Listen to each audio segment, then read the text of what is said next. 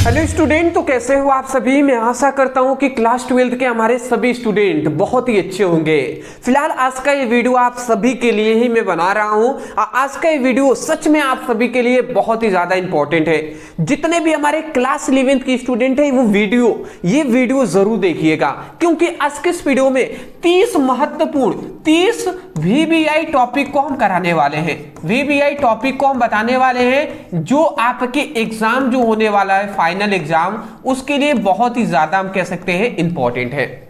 और कहां से हम बताएंगे तो ये आप देख लीजिए, ऊष्मागतिकीय चैप्टर, साम्य अवस्था और ऑक्सीकरण अभिक्रिया, इन तीनों का मिलाकर तीनों का वन शॉट हम आपको दे रहे हैं, जिसमें हम आपको 30 इंपॉर्टेंट टॉपिक को बताएंगे आंसर के साथ, जो आपको 100% तैयार करना है यदि आप एग्जाम में एक अच्छा नंबर स्कोर करना चाहते हैं। तो क्या आज आप रेडी हैं?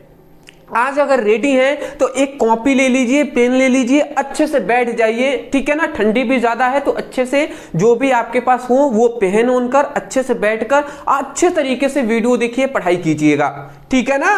तो क्लास 11th वालों, अच्छे तरीके से आपको पढ़ाई करना है। तो चलिए स्टार्ट करते हैं। अब पहले हम ऊष्मागतिकी से एक एक टॉपिक को देखते हुए चलेंगे, ठीक है ना। चलिए जी, सबसे पहले हम चैप्टर के नाम से हमें सबसे पहले चैप्टर का नाम ही है ऊष्मागतिकीय। तो पहले हम यही जानेंगे ऊष्मागतिकीय क्या होता है। देखिए एनसीईआरटी बेस्ड क्वेश्चन है, सभी हम बता रहे हैं, ठीक है ना। तो यहां पे आता है ऊष्मागतिकीय। तो यहां पे हमने सिंपल सा परिभाषा क्या लिखा है, देखिए लिखा गया है ऊष्मागतिकीय वह विज्ञान है, मतलब ऊष्मागतिकीय वह विज्ञान है जिसमें ऊष्मा, कार्य और ऊर्जा के परस्पर संबंधों का अध्ययन किया जाता है, वही ऊष्मागतिकीय है जी। मतलब वह विज्ञान, सिंपल सा आप ये भी कह सकते हैं कि वह विज्ञान जिसमें ऊष्मा, कार्य और ऊर्जाओं के बीच रिलेशन, संबंध का अध्ययन किया जाता है, उसी को हम ऊष्मागतिकीय कहते हैं। या कह दीजिए ऊष्मागतिकीय वह विज्ञान है जिसमें ऊष्मा, ऊर्जा और कार्य का परस्पर अध्ययन किया जाता है, उसी को हम क्या कहते हैं, ऊष्मागतिकीय कहते हैं। सिंपल सी बात है। यहां पे क्या क्या बात बताया गया, पहली एक बात कहा जा रहा है ऊष्मा का, दूसरा एक बात कहा जा रहा है ऊर्जा का, और तीसरी एक और बात कहा जा रहा है कार्य का। ये तीनों है ना, तो इन तीनों का जो परस्पर अध्ययन करना है, परस्पर अध्ययन किया जाता है, इसी को तो हम क्या कहते हैं, इसी को ऊष्मागतिकीय कहते हैं। तो ऊष्मागतिकीय वह विज्ञान है, ऊष्मागतिकीय वह विज्ञान है जिसमें ऊष्मा, ऊर्जा और कार्य का परस्पर अध्ययन किया जाता है, उसी को हम ऊष्मागतिकीय कहते हैं। बताइए समझ में आया या नहीं आया आपको? बाबू फोकस करना पड़ेगा, दिमाग पर अपने नहीं कहते हैं मार लीजिए बाबू, दिमाग को आप खोल लीजिए, जो भी आपको समझ में आए, ठीक है ना। ऊष्मागतिकीय वह विज्ञान है जिसमें ऊष्मा, ऊर्जा और कार्य का अध्ययन किया जाता है, उसे हम ऊष्मागतिकीय कहते हैं। तो मैं आशा करता हूं कि ऊष्मागतिकीय आपको समझ में आ गया होगा। वही बात लिखा गया है, ऊष्मागतिकीय वह विज्ञान है जिसमें ऊष्माओं का, कार्य का और ऊर्जाओं का परस्पर हम अध्ययन करते हैं, उसी को हम क्या कहते हैं, ऊष्मागतिकीय कहते हैं। सबसे पहली बात इतना समझ में आ गया। एक नोट्स में पॉइंट याद रखेंगे कि इसमें यह देखा जाता है कि ऊर्जा कैसे स्थानांतरित होती है और कैसे एक रूप से दूसरे रूप में बदलती है।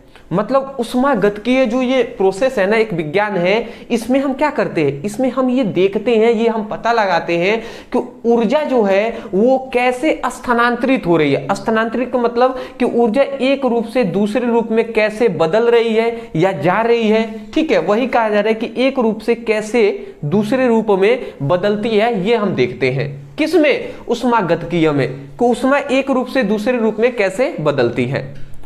सिंपल सा मतलब आप समझ ही गए होंगे कि ऊष्मा का मतलब सिंपल सा यही है, इसका मतलब यही है ना कि ऊष्मा नष्ट नहीं होती, ना ही उत्पन्न होती है, बल्कि ऊष्मा एक रूप से दूसरे रूप में बदलती है, वही लिखा गया है। इसीलिए यहाँ पे लिखा गया है कि इसमें ऊष्मागतिकीय में हम यह देखा जाता है कि ऊर्जा जो है या ऊष्मा जो है वो कैसे स्थानांतरित होती है। स्थानांतरित का मतलब कैसे एक रूप से दूसरे रूप में बदलती है, ठीक है ना। या सिंपल सा एक, बहुत सारे स्टूडेंटों को थोड़ा हार्ड लैंग्वेज में समझ में नहीं आता, तो उनके लिए एक और हमने यहाँ पे और सिंपल करके एक हमने परिभाषा दे दिया है। जो कुछ ना समझ में आए तो इतना समझ जाइएगा, ऊष्मागतिकीय क्या होता है।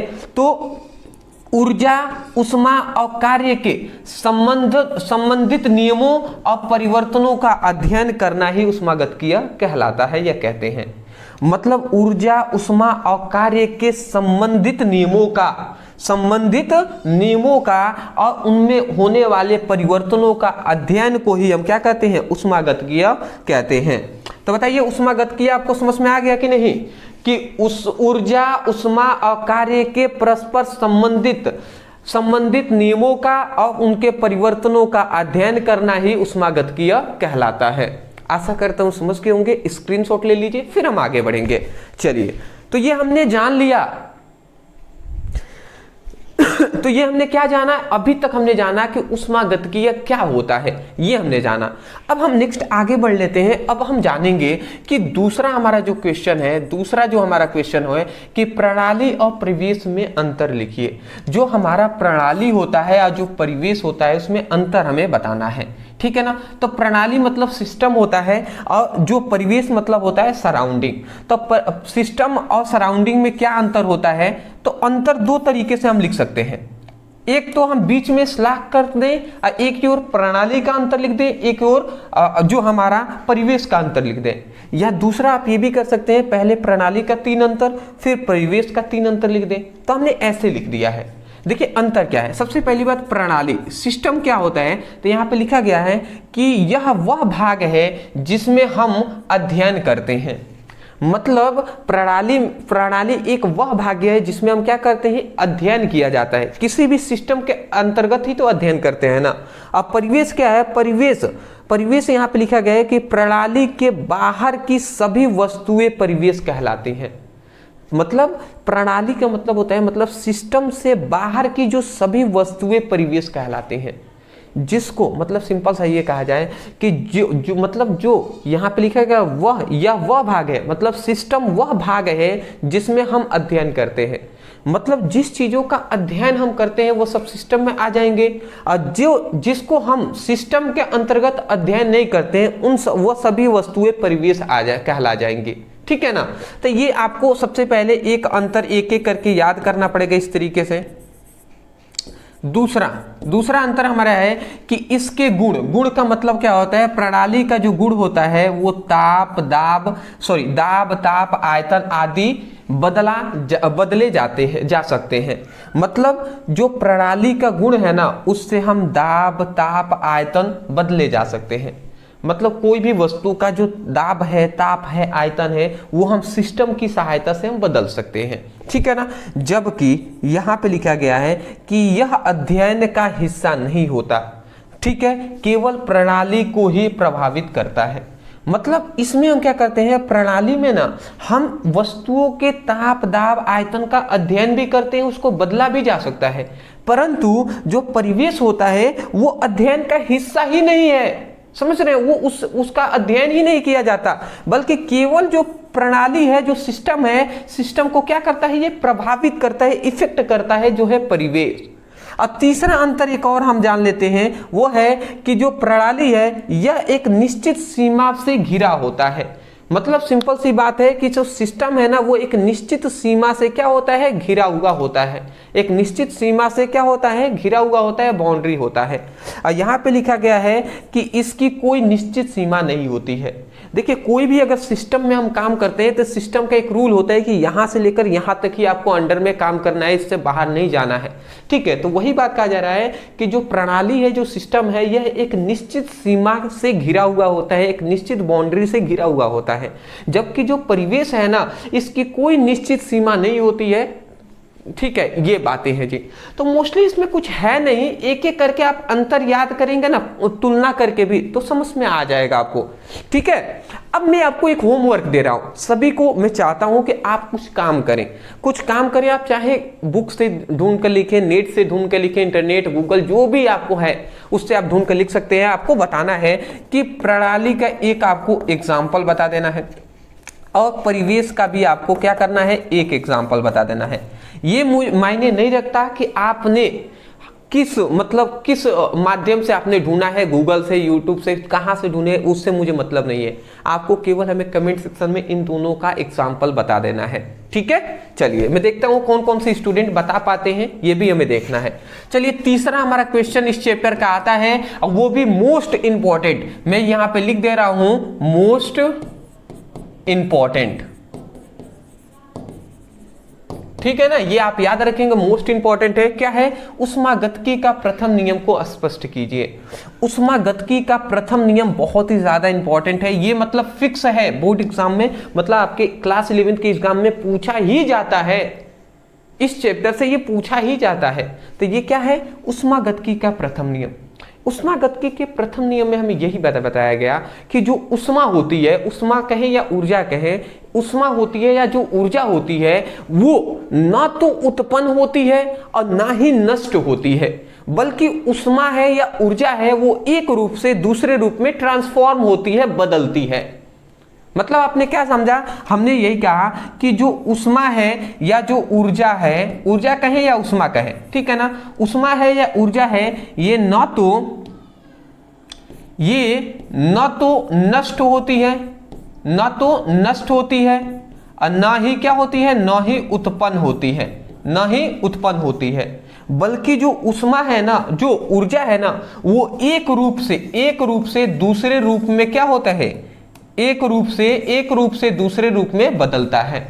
समझ में आ गया होगा आपको कि ऊष्मा क्या है? ऊष्मा या ऊर्जा ना तो नष्ट होती है ना ही उत्पन्न होती है, बल्कि एक रूप से दूसरे रूप में ट्रांसफॉर्म होती है, बदलती है। वही बात लिखा गया, ऊर्जा ना तो क्या है, ऊर्जा ना तो बनाई जा सकती है, बनाने का मतलब वही है, उत्पन्न ना तो बनाई जा सकती है और ना ही नष्ट की जा सकती है, यह केवल एक रूप से दूसरे रूप में बदलती है। समझ रहे हैं ना? ऊर्जा ना तो बनाई जा सकती है ना ही नष्ट हो सकती है, बल्कि एक रूप से दूसरे रूप में बदलती है। आशा करता हूं आप समझ गए होंगे।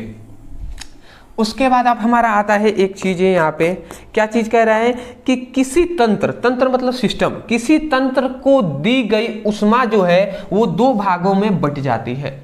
मतलब किसी सिस्टम में जो दी गई ऊष्मा होती है या कोई भी मशीन ही है, उसमें जो ऊर्जा हम देते हैं तो वो दो भागों में बट जाती है।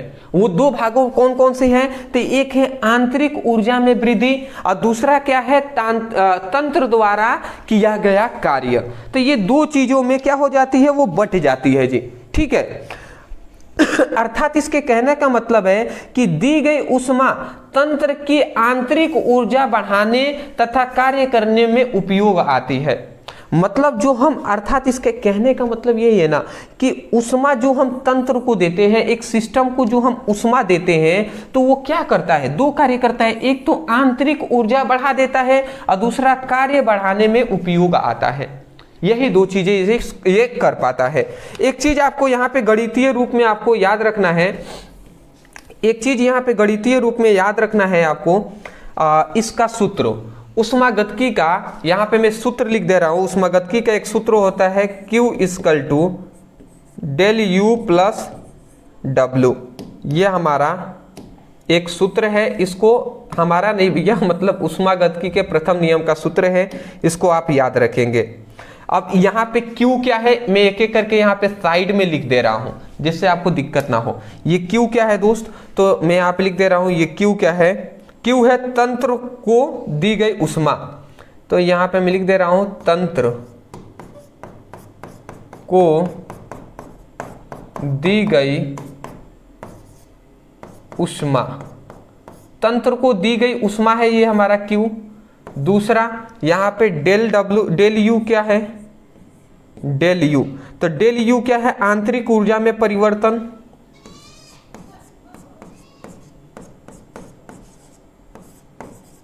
आंतरिक ऊर्जा में परिवर्तन। और यहाँ पे W क्या है, तो W क्या है जी, W है तंत्र द्वारा किया गया कार्य।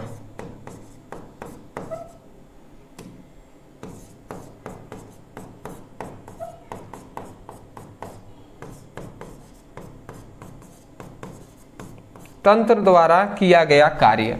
तो ये आपको याद रखना है। मतलब Q क्या है, तंत्र को दी गई ऊर्जा है, U क्या है, आंतरिक ऊर्जा में परिवर्तन है, W क्या है, तंत्र द्वारा दिया गया क्या है, कार्य है। ठीक है ना। इसमें सिंपल से मतलब समझ में आ रहा है। Q मतलब उष्मा, U मतलब क्या है, ऊर्जा में, जो U क्या है, ऊर्जा है, तो ऊर्जा में परिवर्तन है। और W क्या है, W मतलब वर्क मतलब कार्य। तो ये कार्य है जी, तंत्र में, तंत्र द्वारा किया गया कार्य है। तो ये आपको एक चीजें यहाँ पे याद रखना है। मतलब जो उष्मा होता है वो ऊर्जा में परिवर्तन और कार्य में परिवर्तन के योग के बराबर होता है। ठीक है, यही इसका मतलब है जी। तो बताइए, आपको इतनी बात समझ में आ गया ना कि उष्मागतिकी के प्रथम नियम में यही बात बताया गया था कि उष्मा न तो उत्पन्न होती है न ही नष्ट होती है, बल्कि उष्मा या ऊर्जा जो एक रूप से दूसरे रूप में बदलती है, ट्रांसफॉर्म होती है, यही बात हमें बताया गया था। इसका फॉर्मूला आता है Q = del U + W। ठीक है। और दूसरी बात, कोई भी सिस्टम को यदि हम उष्मा देते हैं तो वो दो भागों में बंट जाती है। एक है आंतरिक ऊर्जा में वृद्धि और एक है तंत्र द्वारा किया गया कार्य। अब वही हम कह रहे हैं कि जो उष्मा हम दे रहे हैं ना, वो दो भागों में बंट जाती है। एक है आंतरिक ऊर्जा में वृद्धि और एक हमारा तंत्र द्वारा किया गया कार्य में। तो यही तो हमने यहाँ से ही तो del U + W यहाँ पे यही तो लिखा है। समझ में अब आ गया होगा स्क्रीनशॉट। हाँ जी, चलिए आगे बढ़ लेते हैं। आगे अब हमारा चौथा इंपॉर्टेंट इक्वेशन आता है, जो कि हमसे यहाँ पे मैं ये कह सकता हूँ बार बार पूछा भी गया है। और इसको मैं छोटा में करके एक ही लाइन पे यहाँ पे हम आपको बताना चाहते थे, इसलिए थोड़ा छोटा दिखाई दे रहा होगा, बट कोई नहीं जी। यहाँ पे कहा गया कार्य और उष्मा में अंतर लिखिए। क्या कहा गया, कार्य और उष्मा में अंतर लिखिए। तो चलिए हम सबसे पहले कार्य देख लेते हैं, फिर हम देख लेंगे उष्मा। कार्य और उष्मा में अंतर। तो कार्य की अगर बात करें तो कार्य वह ऊर्जा है जो किसी बल द्वारा दूरी में विस्थापन कराने पर क्या होता है, स्थानांतरित होती है। मतलब कार्य वह ऊर्जा है जो किसी बल द्वारा दूरी में विस्थापन कराने पर स्थानांतरित होता है, वही हमारा कार्य है जी। मतलब सिंपल सी बात है, यहाँ पे यही बात कहा जा रहा है कि कार्य एक प्रकार का ऊर्जा है। और ऊर्जा कैसे लगता है, तो अगर हम किसी वस्तु पर बल लगाते हैं तो वो विस्थापित हो जाता है। तो बल लगाने पर अगर विस्थापन हो गया तो उसे हम कार्य करते हैं। ठीक है। या आप अगर इतना बड़ा सा अगर ना समझ में आए तो आप ये भी कह सकते हैं कि किसी वस्तु पर लगाया गया बल तथा वस्तु के विस्थापन के गुणनफल को कार्य कहते हैं। कार्य का जो परिभाषा होता है वही आप लिख दीजिएगा। मैंने क्या बताया, कार्य बराबर होता है बल गुणे विस्थापन। यहाँ पे मैं लिखते रहा हूँ कार्य बराबर होता है, यहाँ पे मैं ये लिख दे रहा हूँ कार्य W बराबर होता है कार्य बराबर बल गुणे विस्थापन, ये होता है। तो हम यही कह रहे हैं कि किसी वस्तु द्वारा किया गया, मतलब किसी वस्तु पर, कोई भी वस्तु है, ठीक है, यहाँ पे हम ये बात कर रहे हैं, किसी वस्तु पर लगाया गया बल तथा वस्तु के विस्थापन के गुणनफल को कार्य कहते हैं। समझ में आ रहा है। तो यही बात हमने कहा, किसी वस्तु पर लगाया गया बल तथा वस्तु के विस्थापन के गुणनफल को कार्य कहते हैं। तो ये हमारा कार्य का परिभाषा है जी। ठीक है। तो ये हमारा पहली बात आपको समझ में आ गया। या तो आप ये लिख दीजिए या हमने जो बोला वो आप लिख दीजिएगा। यहाँ पर उष्मा में हम पहली पॉइंट्स क्या लिखेंगे, उष्मा वह ऊर्जा है जो तापन मतलब होता है टेम्परेचर के अंतर के कारण क्या होता है, स्थानांतरित होता है। मतलब क्या है, सिंपल सा, उष्मा एक ऊर्जा है जो टेम्परेचर के अंतर के कारण क्या होता है, स्थानांतरित होता है। टेम्परेचर के अंतर के कारण क्या होता है, एक रूप से दूसरे रूप में बदलता है, यही बात कहा जा रहा है। दूसरा यहाँ पे आप पॉइंट लिखेंगे कार्य में कि कार्य व्यवस्था, ठीक है, कार्य व्यवस्था द्वारा किया जा सकता है या व्यवस्था पर किया जा सकता है। कार्य जो है ना वो व्यवस्था द्वारा किया जा सकता है, एक व्यवस्था हम कर देते हैं उसके द्वारा किया जा सकता है, या व्यवस्था पर भी किया जा सकता है। ठीक है। ये यहाँ पे उष्मा जो है हमेशा उच्च तापमान से निम्न तापमान पर प्रवाहित होती है। जो उष्मा होती है वो हमेशा उच्च तापमान से निम्न तापमान की ओर प्रवाहित होती है। मतलब अगर 50 डिग्री सेल्सियस किसी की उष्मा है और एक की मान लेते हैं 20 डिग्री सेल्सियस उष्मा है, तो जाहिर सी बात है कहाँ से किधर उष्मा जाएगी। अगर ये इन दोनों को हम एक तार से ऐसे जोड़ देते हैं तो उष्मा इधर से इधर जाएगी, क्योंकि अधिक मतलब उच्च तापमान से निम्न तापमान की ओर जाती है। तो वही लिखा गया है, ऊष्मा हमेशा उच्च तापमान से निम्न तापमान की ओर प्रवाहित होती है। फिर अगला हमारा कह रहा है कि कार्य में कि कार्य का मान जो होता है वो बल और विस्थापन पर निर्भर करता है। बिल्कुल सही बात है। कार्य का जो वैल्यू है, कार्य का जो मान होता है वो बल और विस्थापन पर ही निर्भर करता है। अगर हम कितना बल लगा रहे हैं, कितना विस्थापित हो रहा है वस्तु, उसी पर निर्भर करता है कार्य। ठीक है, तो तीसरा आपने समझ लिया। ऊष्मा में हम समझ लेते हैं, ऊष्मा का मान तापांतर और पदार्थों की प्रकृति पर निर्भर करता है। बिल्कुल सही बात है। ऊष्मा का जो मान होता है तापांतर और पदार्थ की प्रकृति पर निर्भर करता है। तो आप उसको कितना ताप दे रहे हैं और वो पदार्थ कैसा है। जैसे लोहे को थोड़ा सा भी गर्म करेंगे तो बहुत जल्दी गर्म हो जाएगा, बट लोहे की जगह पर अगर अदर कोई चीज को अगर गर्म करते हैं तो वो उतना जल्दी गर्म नहीं होता है। खाना क्यों हम लोहे के बर्तन में बनाते हैं। जैसे एक मिट्टी का घैला ले लीजिए, मिट्टी का बर्तन, उसको आप गर्म कीजिए तो वो मिट्टी की जो घैली है उसकी प्रकृति कुछ अलग है, तो मिट्टी के घैले को गर्म करने में बहुत ज़्यादा टाइम लगता है। जबकि वहीं पर बर्तन, अगर लोहे का स्टील का कोई बर्तन है उसको गर्म करेंगे तो बहुत जल्दी गर्म हो जाएगा। तो यही कहा जा रहा है, ऊष्मा का मान तापमान पर, तापांतर मतलब कितना ताप दे रहे हैं उस पर भी निर्भर करता है, और पदार्थ कैसी प्रकृति है उस पर भी निर्भर करता है। चौथा यहाँ पे कह रहा है कार्य पथ पर निर्भर करता है। कार्य जो होता है वो पथ, रास्ते पर निर्भर करता है जी। और यहाँ पे कहा जा रहा है ऊष्मा में कि ऊष्मा एक ही पथ फलन है। ऊष्मा क्या है, एक ही पथ फलन होता है। अगला यहाँ पे कहा जा रहा है कार्य में कि कार्य को सामान्यतः क्या होता है, कार्य को सामान्यतः, या एक तो ये हम जानते हैं कार्य बराबर बल गुणा विस्थापन, तो कार्य जो होता है कार्य को F इंटू डी से भी प्रदर्शित करते हैं। या अगर हम उस तरीके से अगर हम सदिश रूप में लिख दें स्केलर क्वांटिटी में तो F इक्वल टू Fs होता है, Fs। ठीक है, यहाँ पर S क्या है, विस्थापन है। यहाँ पर भी हम D के जगह पे S लिख सकते हैं, S क्या है, विस्थापन है। ठीक है, इस तरीके से D भी लिख सकते हैं, यहाँ पर भी हम D लिख सकते हैं, कोई दिक्कत वाली बात नहीं है। ठीक है, सॉरी, बस यहाँ पे एक ये W होना चाहिए ना, कार्य को W से दर्शाते हैं तो W बराबर क्या होना चाहिए, F इंटू S होना चाहिए। तो ये हम यहाँ पर लिख देते हैं। तो यहाँ पे ये आप याद रखेंगे कि कार्य को सामान्यतः W equal to F into S से प्रदर्शित करते हैं या व्यक्त करते हैं। ठीक है ना, ये बात आप याद रखेंगे। और इसको mCt से मतलब ऊष्मा को U इक्वल टू mCt से हम क्या करते हैं, प्रदर्शित करते हैं। mCt से हम क्या करते हैं, ऊष्मा को प्रदर्शित करते हैं। ठीक है ना, तो ऊष्मा को या तो U लिख दीजिए या Q, हम ज्यादातर लिख रहे हैं तो Q ही हम लिख देते हैं। ठीक है, ऊष्मा को हम ज्यादातर Q से ही अभी तक हम दर्शा रहे हैं तो चलिए हम Q ही लिख देते हैं, Q। ठीक है, तो ये हम याद रखेंगे, Q से हम इसको दर्शा देते हैं। चलिए, ये एक एक अंतर हमने यहाँ पे थोड़ा ज़्यादा ही एक्सप्लेन करके हमने बता दिया है। आप एक एक करके इसको याद करने का भी प्रयास करेंगे तो याद हो जाएगा। ज़्यादा हार्ड नहीं है कि उतना हम समय इस पर दें। आगे बढ़े ना हम, चलिए आगे हम बढ़ लेते हैं। फिर आता है आंतरिक ऊर्जा। अब ये मैं कह दूं कि इसको कहना ही नहीं है कि कितना इंपॉर्टेंट है। एनसीईआरटी बेस्ड ये सभी क्वेश्चन तो हम करा ही रहे हैं, प्लस ये हम कह सकते हैं VVI है, तो इसको भूल कर भी मिस नहीं करना है। तो चलिए, आंतरिक ऊर्जा क्या होता है, तो यहाँ पे लिखा गया है किसी पदार्थ के सभी कणों की गतिज ऊर्जा।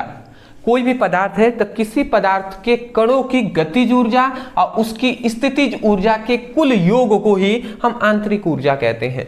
मतलब सिंपल सी बात है, तो आंतरिक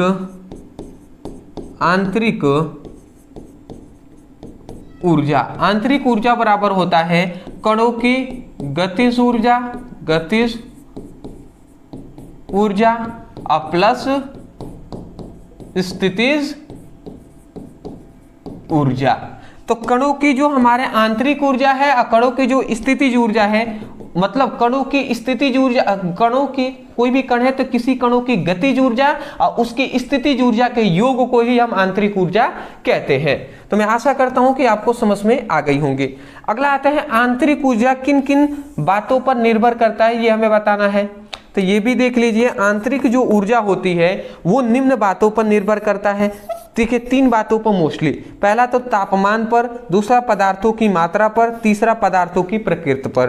तापमान पर बात करें तो ताप बढ़ेगा तो आंतरिक ऊर्जा भी बढ़ेगा, अगर हम ताप बढ़ाते हैं तो आंतरिक ऊर्जा का मान भी बढ़ता है। दूसरी बात पदार्थों की मात्रा, पदार्थ ज्यादा मात्रा में होगा तो आंतरिक ऊर्जा भी ज्यादा होगा, ठीक है। अगला आता है पदार्थ की प्रकृति, गैस में द्रव, मतलब गैस में द्रव और ठोस की तुलना में आंतरिक ऊर्जा क्या होता है, ज्यादा होता है। मतलब गैसों में द्रव और ठोस की तुलना में, गैसों में द्रव और ठोस की तुलना में आंतरिक ऊर्जा क्या होता है, ज्यादा होता है, याद रखना है।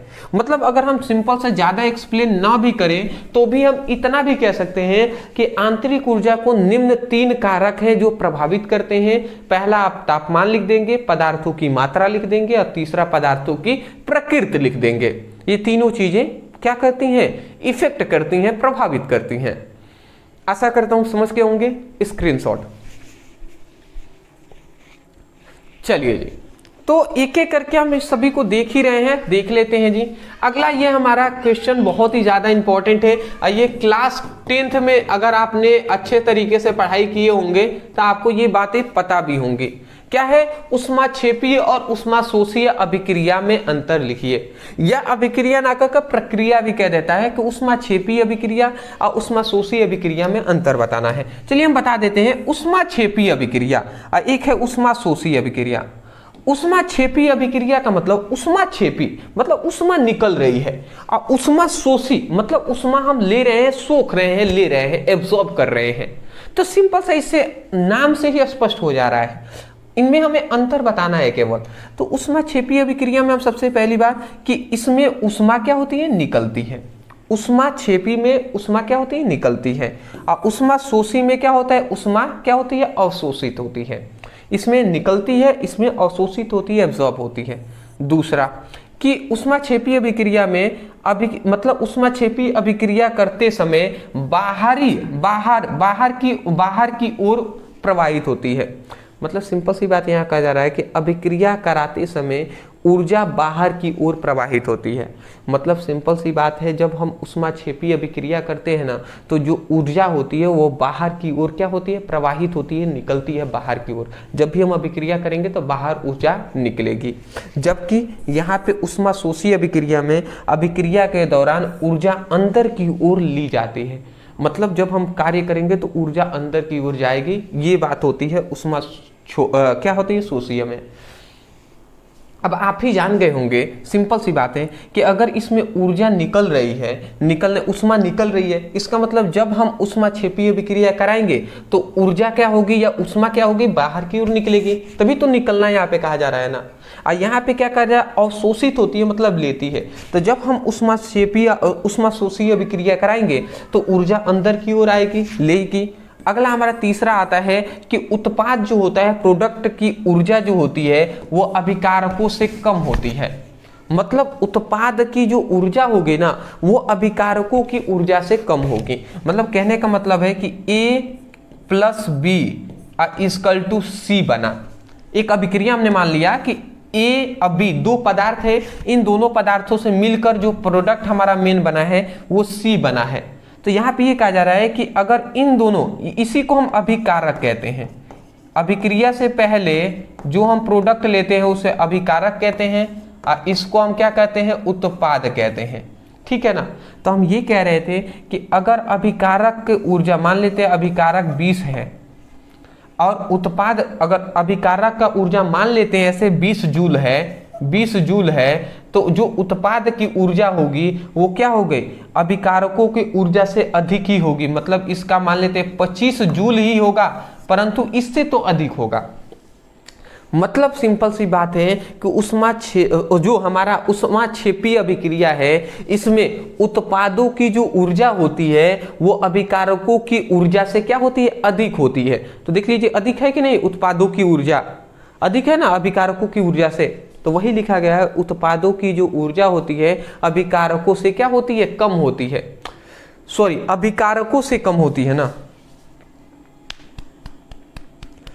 देखिए कहाँ दिमाग था हमारा, क्या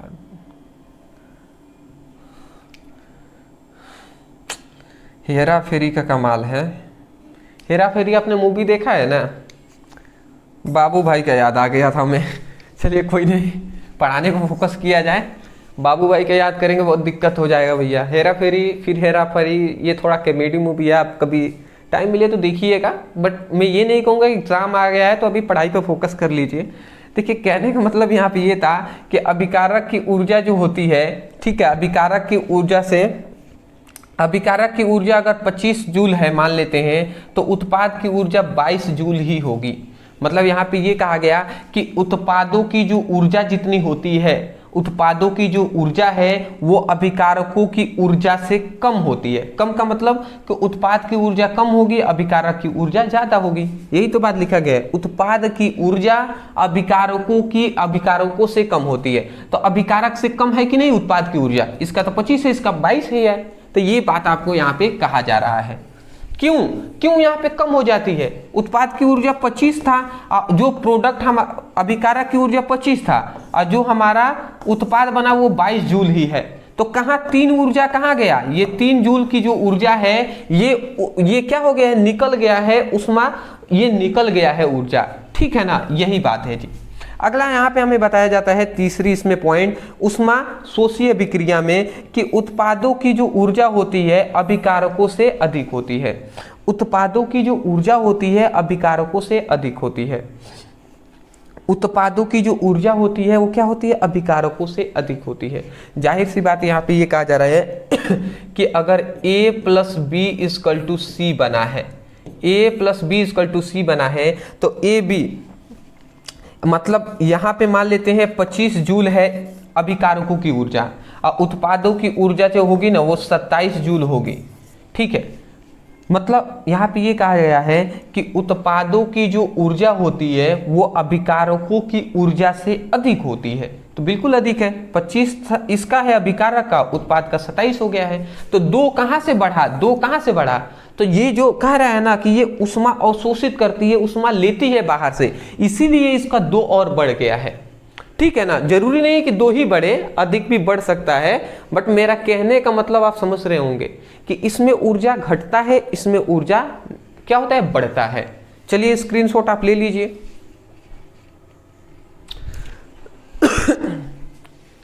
और भी हम क्वेश्चन एक देख लेते हैं, फिर हम रहने देंगे। चलिए ये हमारा अंतिम इस चैप्टर का इंपॉर्टेंट क्वेश्चन है, इसको भी देख लेते हैं। हम ये तो कह ही सकते हैं कि VI है। उष्मागतिकी का एक प्रथम नियम है, एक द्वितीय नियम, दोनों ही मोस्ट इंपॉर्टेंट है।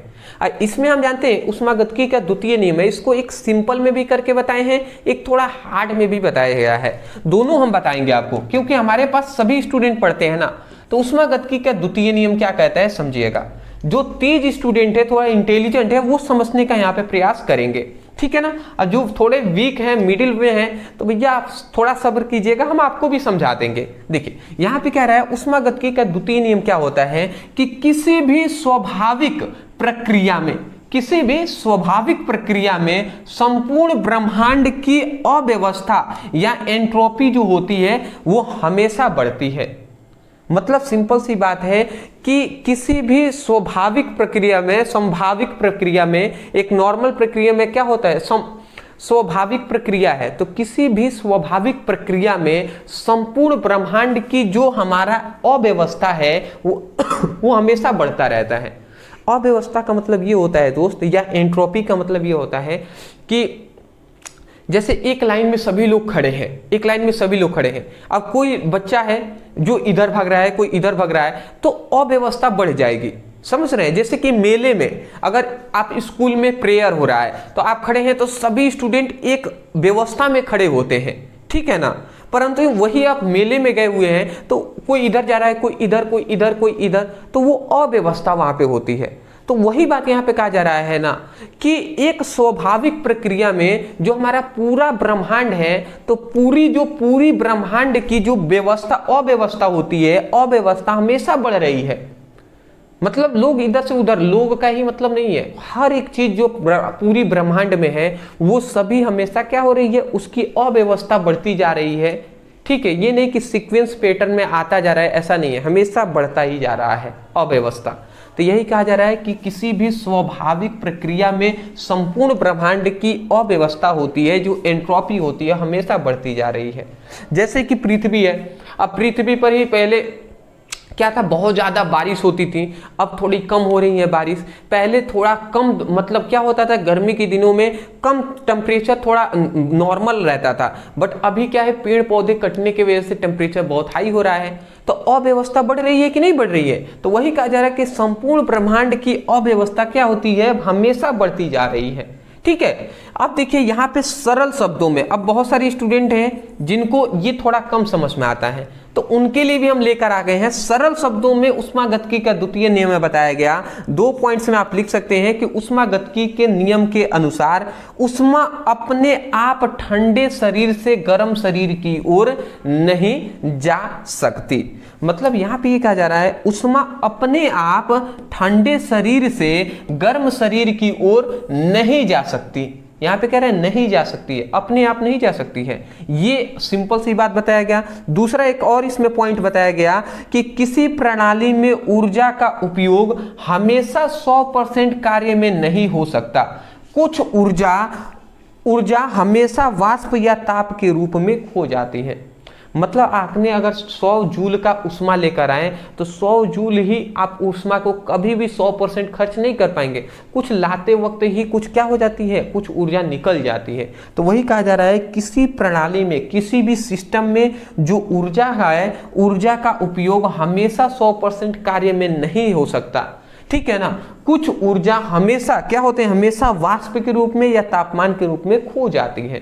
तो ये आप कह दीजिए, तो या तो आप सिंपल सा ये 2 पॉइंट्स लिख दीजिए या आप ये लिख दीजिए, दोनों बात सही है, वही इन दोनों का मतलब है। बस जितना आप डीप में इन पर जानेंगे, गहराई से अध्ययन करेंगे तो समझ में आ जाएगा। तो यहाँ पे ऊष्मागतिकी के द्वितीय नियम बताया गया कि ऊष्मा जो होता है वो अपने आप ठंडे शरीर से गर्म शरीर की ओर नहीं हो जा सकती है। ठीक है ना। चलिए, इसमें एक मुख्य बिंदु भी है, वो भी आप जान लीजिए। मुख्य बिंदु में यहाँ पे 2-3 मुख्य बिंदु हैं। पहला हमारा क्या है, स्वाभाविक प्रक्रिया हमेशा उस दिशा में होती है जिसमें एंट्रोपी बढ़ती है। स्वाभाविक, ठीक है ना, स्वाभाविक प्रक्रिया हमेशा उसी दिशा में होगी, स्वाभाविक प्रक्रिया हमेशा उसी दिशा में होगी जिसमें एंट्रोपी क्या होगी, बढ़ेगी। एंट्रोपी मतलब अव्यवस्था बढ़ेगा, उधर ही होगा। ठीक है। दूसरी कह रहा है कि गर्म से ठंडे की ओर ऊर्जा का प्रवाह स्वतः होता है। मतलब ये कहा जा रहा है कि गर्म से ठंडे की ओर ऊर्जा स्वतः ही प्रवाहित होता है। मतलब कोई अगर गर्म है और कोई अगर ठंडा है तो गर्म से ठंडा की ओर ऊर्जा स्वतः ऐसे ही प्रवाहित होती रहेगी। परंतु यहाँ पे ये हमें बताया गया है कि अगर ठंडा शरीर से गर्म शरीर की ओर नहीं प्रवाहित होगी, ये बातें कहा जा रहा है। तीसरी कहा जा रहा है कि ऊर्जा का पूर्ण रूप से कार्य में क्या होता है, कार्य में रूपांतरण संभव नहीं। ऊर्जा का पूर्ण रूप से कार्य में रूपांतरण संभव नहीं। तो ये तो हमने ऊष्मागतिकी के नियम में ही बताया गया है कि ऊर्जा का 100% उपयोग कार्य में हम नहीं ला सकते। ठीक है। कुछ जो होती है ऊर्जा हमेशा वाष्प में या तापमान के रूप में खो जाती है, निकल जाती है बाहर। तो इस चैप्टर के सबसे पहला हमारा इंपॉर्टेंट क्वेश्चन आता है, रासायनिक साम्य अवस्था से आप क्या समझते हैं। रासायनिक साम्य अवस्था किसे कहते हैं, ये हमसे पूछा गया है। चलिए जी, हम समझा देते हैं रासायनिक साम्य अवस्था क्या होता है।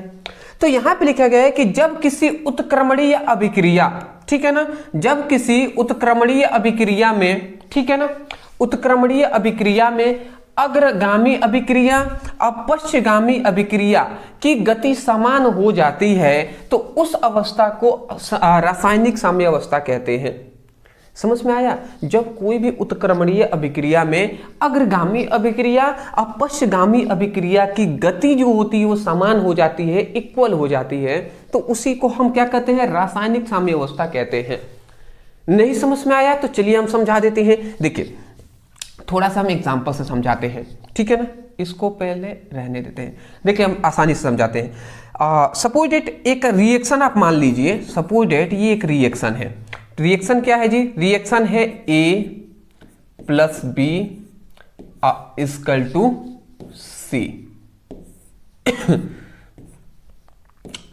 C + D। ठीक है। मतलब क्या हम बता रहे हैं कि जब ए और बी पदार्थ मिलते हैं आपस में, रासायनिक अभिक्रिया होता है तो सी और डी बनते हैं। ठीक है जी, इतनी बात समझ के। तो यहां पे देखिए, जब भी इस तरीके के दो चिन्ह दिखाई दे विपरीत दिशा में, एक इधर की दिशा में, एक जस्ट इसके विपरीत दिशा में, इसी से पता चल जाता है कि ये कौन सी अभिक्रिया है। तो ये हमारी उत्क्रमणीय अभिक्रिया है, उत्क्रमणीय अभिक्रिया। अब उत्क्रमणीय अभिक्रिया का मतलब क्या होता है ये भी समझ जाइए। उत्क्रमणीय अभिक्रिया का मतलब सिंपल सा यही होता है ना, उत्क्रमणीय अभिक्रिया का सिंपल सा मतलब यही होता है दोस्त कि इस पदार्थ से ये दो पदार्थ बने हैं, तो पुनः हम चाहे ना तो इन दोनों पदार्थ से फिर ये दो पदार्थ बना सकते हैं। समझ रहे हैं? जैसे पानी से बर्फ बन सकता है, तो बर्फ से फिर पानी भी बन सकता है ना। तो यही बात है, जैसे कि उत्क्रमणीय अभिक्रिया का मतलब समझ गए हैं। जैसे कि दूध से दही बना सकते हैं, पर दही से फिर दूध बना सकते हैं नहीं। तो वो जो अभिक्रिया है वो रासायनिक अभिक्रिया, उत्क्रमणीय अभिक्रिया नहीं है। ऐसा कोई भी पदार्थ जिससे हम दूसरा पदार्थ बना सके, फिर हम चाहें तो उस पदार्थ से फिर हम ये भी पदार्थ बना सकें, तो उसको हम उत्क्रमणीय अभिक्रिया कहते हैं। तो हम यही कह रहे हैं कि ऐसी उत्क्रमणीय अभिक्रिया जिसमें अग्रगामी अभिक्रिया और पश्चिगामी अभिक्रिया की गति समान हो, जिसमें अग्रगामी अभिक्रिया पश्चिगामी अभिक्रिया की गति समान हो। अब अग्रगामी अभिक्रिया पश्चिगामी अभिक्रिया क्या होता है ये भी हम समझा दे रहे हैं। देखिए, ए और बी मिलकर सी और डी बन रहे हैं, ठीक है ना। तो ए बी से सी डी बन रहे हैं, तो इस तरीके से आगे जो चल रही है उसी को हम कहते हैं अग्रगामी अभिक्रिया, अग्रगामी अभिक्रिया। और जब फिर से सी डी है, ये सी डी से ए बी जब बनेगा तो इसी को कहेंगे पश्चिगामी अभिक्रिया। समझ रहे हैं? तो ए बी से सी डी बनेगा अग्रगामी अभिक्रिया, और सी डी से ए बी बनेगा उसे पश्चिगामी अभिक्रिया हम कहते हैं। तो यहां पे मैं आशा करता हूं कि आपको समझ में आ गई होंगी, ए बी से सी डी बनेंगी। तो यहां पे हम यही कह रहे हैं कि ऐसी रासायनिक अभिक्रिया, या ऐसी रासायनिक अभिक्रिया ना कहकर उत्क्रमणीय अभिक्रिया कहेंगे, ऐसी उत्क्रमणीय अभिक्रिया जिसमें अग्रगामी अभिक्रिया और पश्चिगामी अभिक्रिया की गति जो होगा वो समान होगा, तो उसे हम रासायनिक साम्यावस्था कहेंगे। समझ गए ना? मतलब जितने वेग से, जितनी गति से ए बी से सी डी बनेगा, उतनी ही गति से सी डी से फिर ए बी भी बनेगा। आशा करता हूं कि अब आपको समझ में आ गया होगा। सिंपल सा हम समझाने का प्रयास करते हैं। परिभाषा लिख लीजिएगा, ठीक है ना। और ये आपको हमने केवल यहाँ पे समझाने के तौर पर हमने आपको बताया है, लिखने की कोई जरूरत नहीं है यहाँ पे, ठीक है ना। अगला आता है विशेषताएं, इसकी जान लीजिए। तो सबसे पहली इसकी विशेषता क्या है कि साम्य अवस्था पर अभिकारक व उत्पाद की सांद्रता स्थिर रहती है। साम्य अवस्था पर ना अभिकारक और उत्पाद की जो सांद्रता होती है वो नियत होता है, स्थिर रहता है, ठीक है ना। दूसरी बात, साम्य अवस्था गतिशील रहता है। साम्य अवस्था क्या रहता है? गतिशील रहता है, अर्थात दोनों अभिक्रियाएं चलती रहती हैं। मतलब यहां पे कहने का मतलब है कि ए बी से सी डी पदार्थ बन गया, तो पूरी तरीके से सी डी अभी नहीं बना होता है, उससे पहले ही फिर से सी डी से ए बी बनने लगता है। मतलब ये अभिक्रिया रुकती नहीं है, इससे ये बना, अभी बनने वाला है। मान लेते हैं ए बी से सी डी बन रहा है, 99 बन गया है, 1% बनने में बचा हुआ है, तब तक तभी इधर वाला ये इस अभिक्रिया पश्चिगामी अभिक्रिया स्टार्ट हो जाती है। तो यही बात कहा जा रहा है, अर्थात दोनों अभिक्रियाएं चलती रहती है, रुकती नहीं है एक भी सेकेंड। यही बात है जी।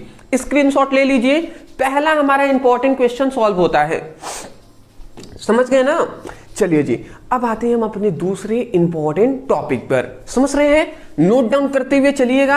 अदरवाइज एक आपसे रिक्वेस्ट है कि हमने आप सभी के लिए, मैं आपको बता दूं कि इतने समय के अभाव होने के बाद भी हम ब्रदर सर क्लास 11 जो हमारा चैनल है, इन सभी फैमिली के परिवार को मैं ध्यान रखते हुए आपके लिए हम वीडियो लेकर आ रहे हैं। तो मैं इतना कहूंगा कि चैनल पर नहीं होंगे तो चैनल को सब्सक्राइब जरूर कीजिएगा, इतना केवल रिक्वेस्ट है। और कमेंट सेक्शन में बता दीजिएगा कि आगे आपको किस पर वीडियो चाहिए, ठीक है ना। मैं कमेंट पढ़ता हूं जी सभी का। अगला आता है द्रव्यमान क्रिया का नियम लिखिए और इसका गणितीय रूप समझाइए। द्रव्यमान क्रिया का नियम समझ लेते हैं जी।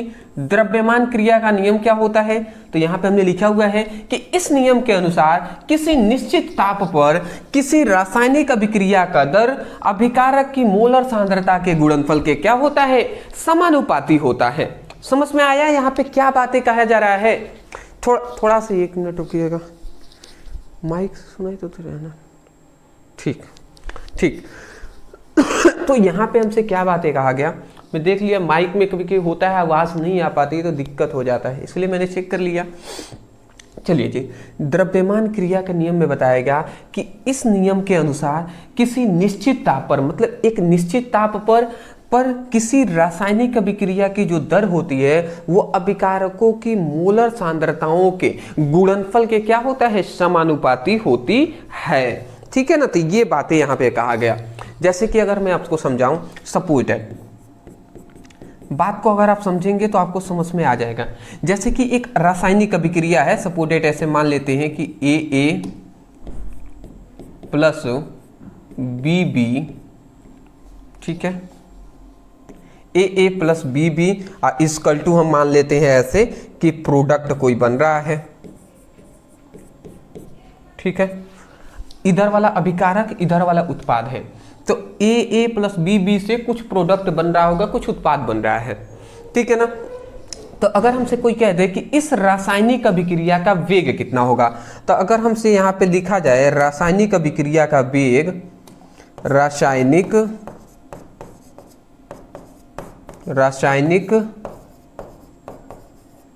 अभिक्रिया का वेग, तो रासायनिक अभिक्रिया का जो वेग होता है ना, रासायनिक अभिक्रिया का जो वेग होता है वो अभिकारकों के, अभिकारक कौन है, A और B, ये अभिकारक है। तो अभिकारक कौन है, एक A है और एक हमारा B है।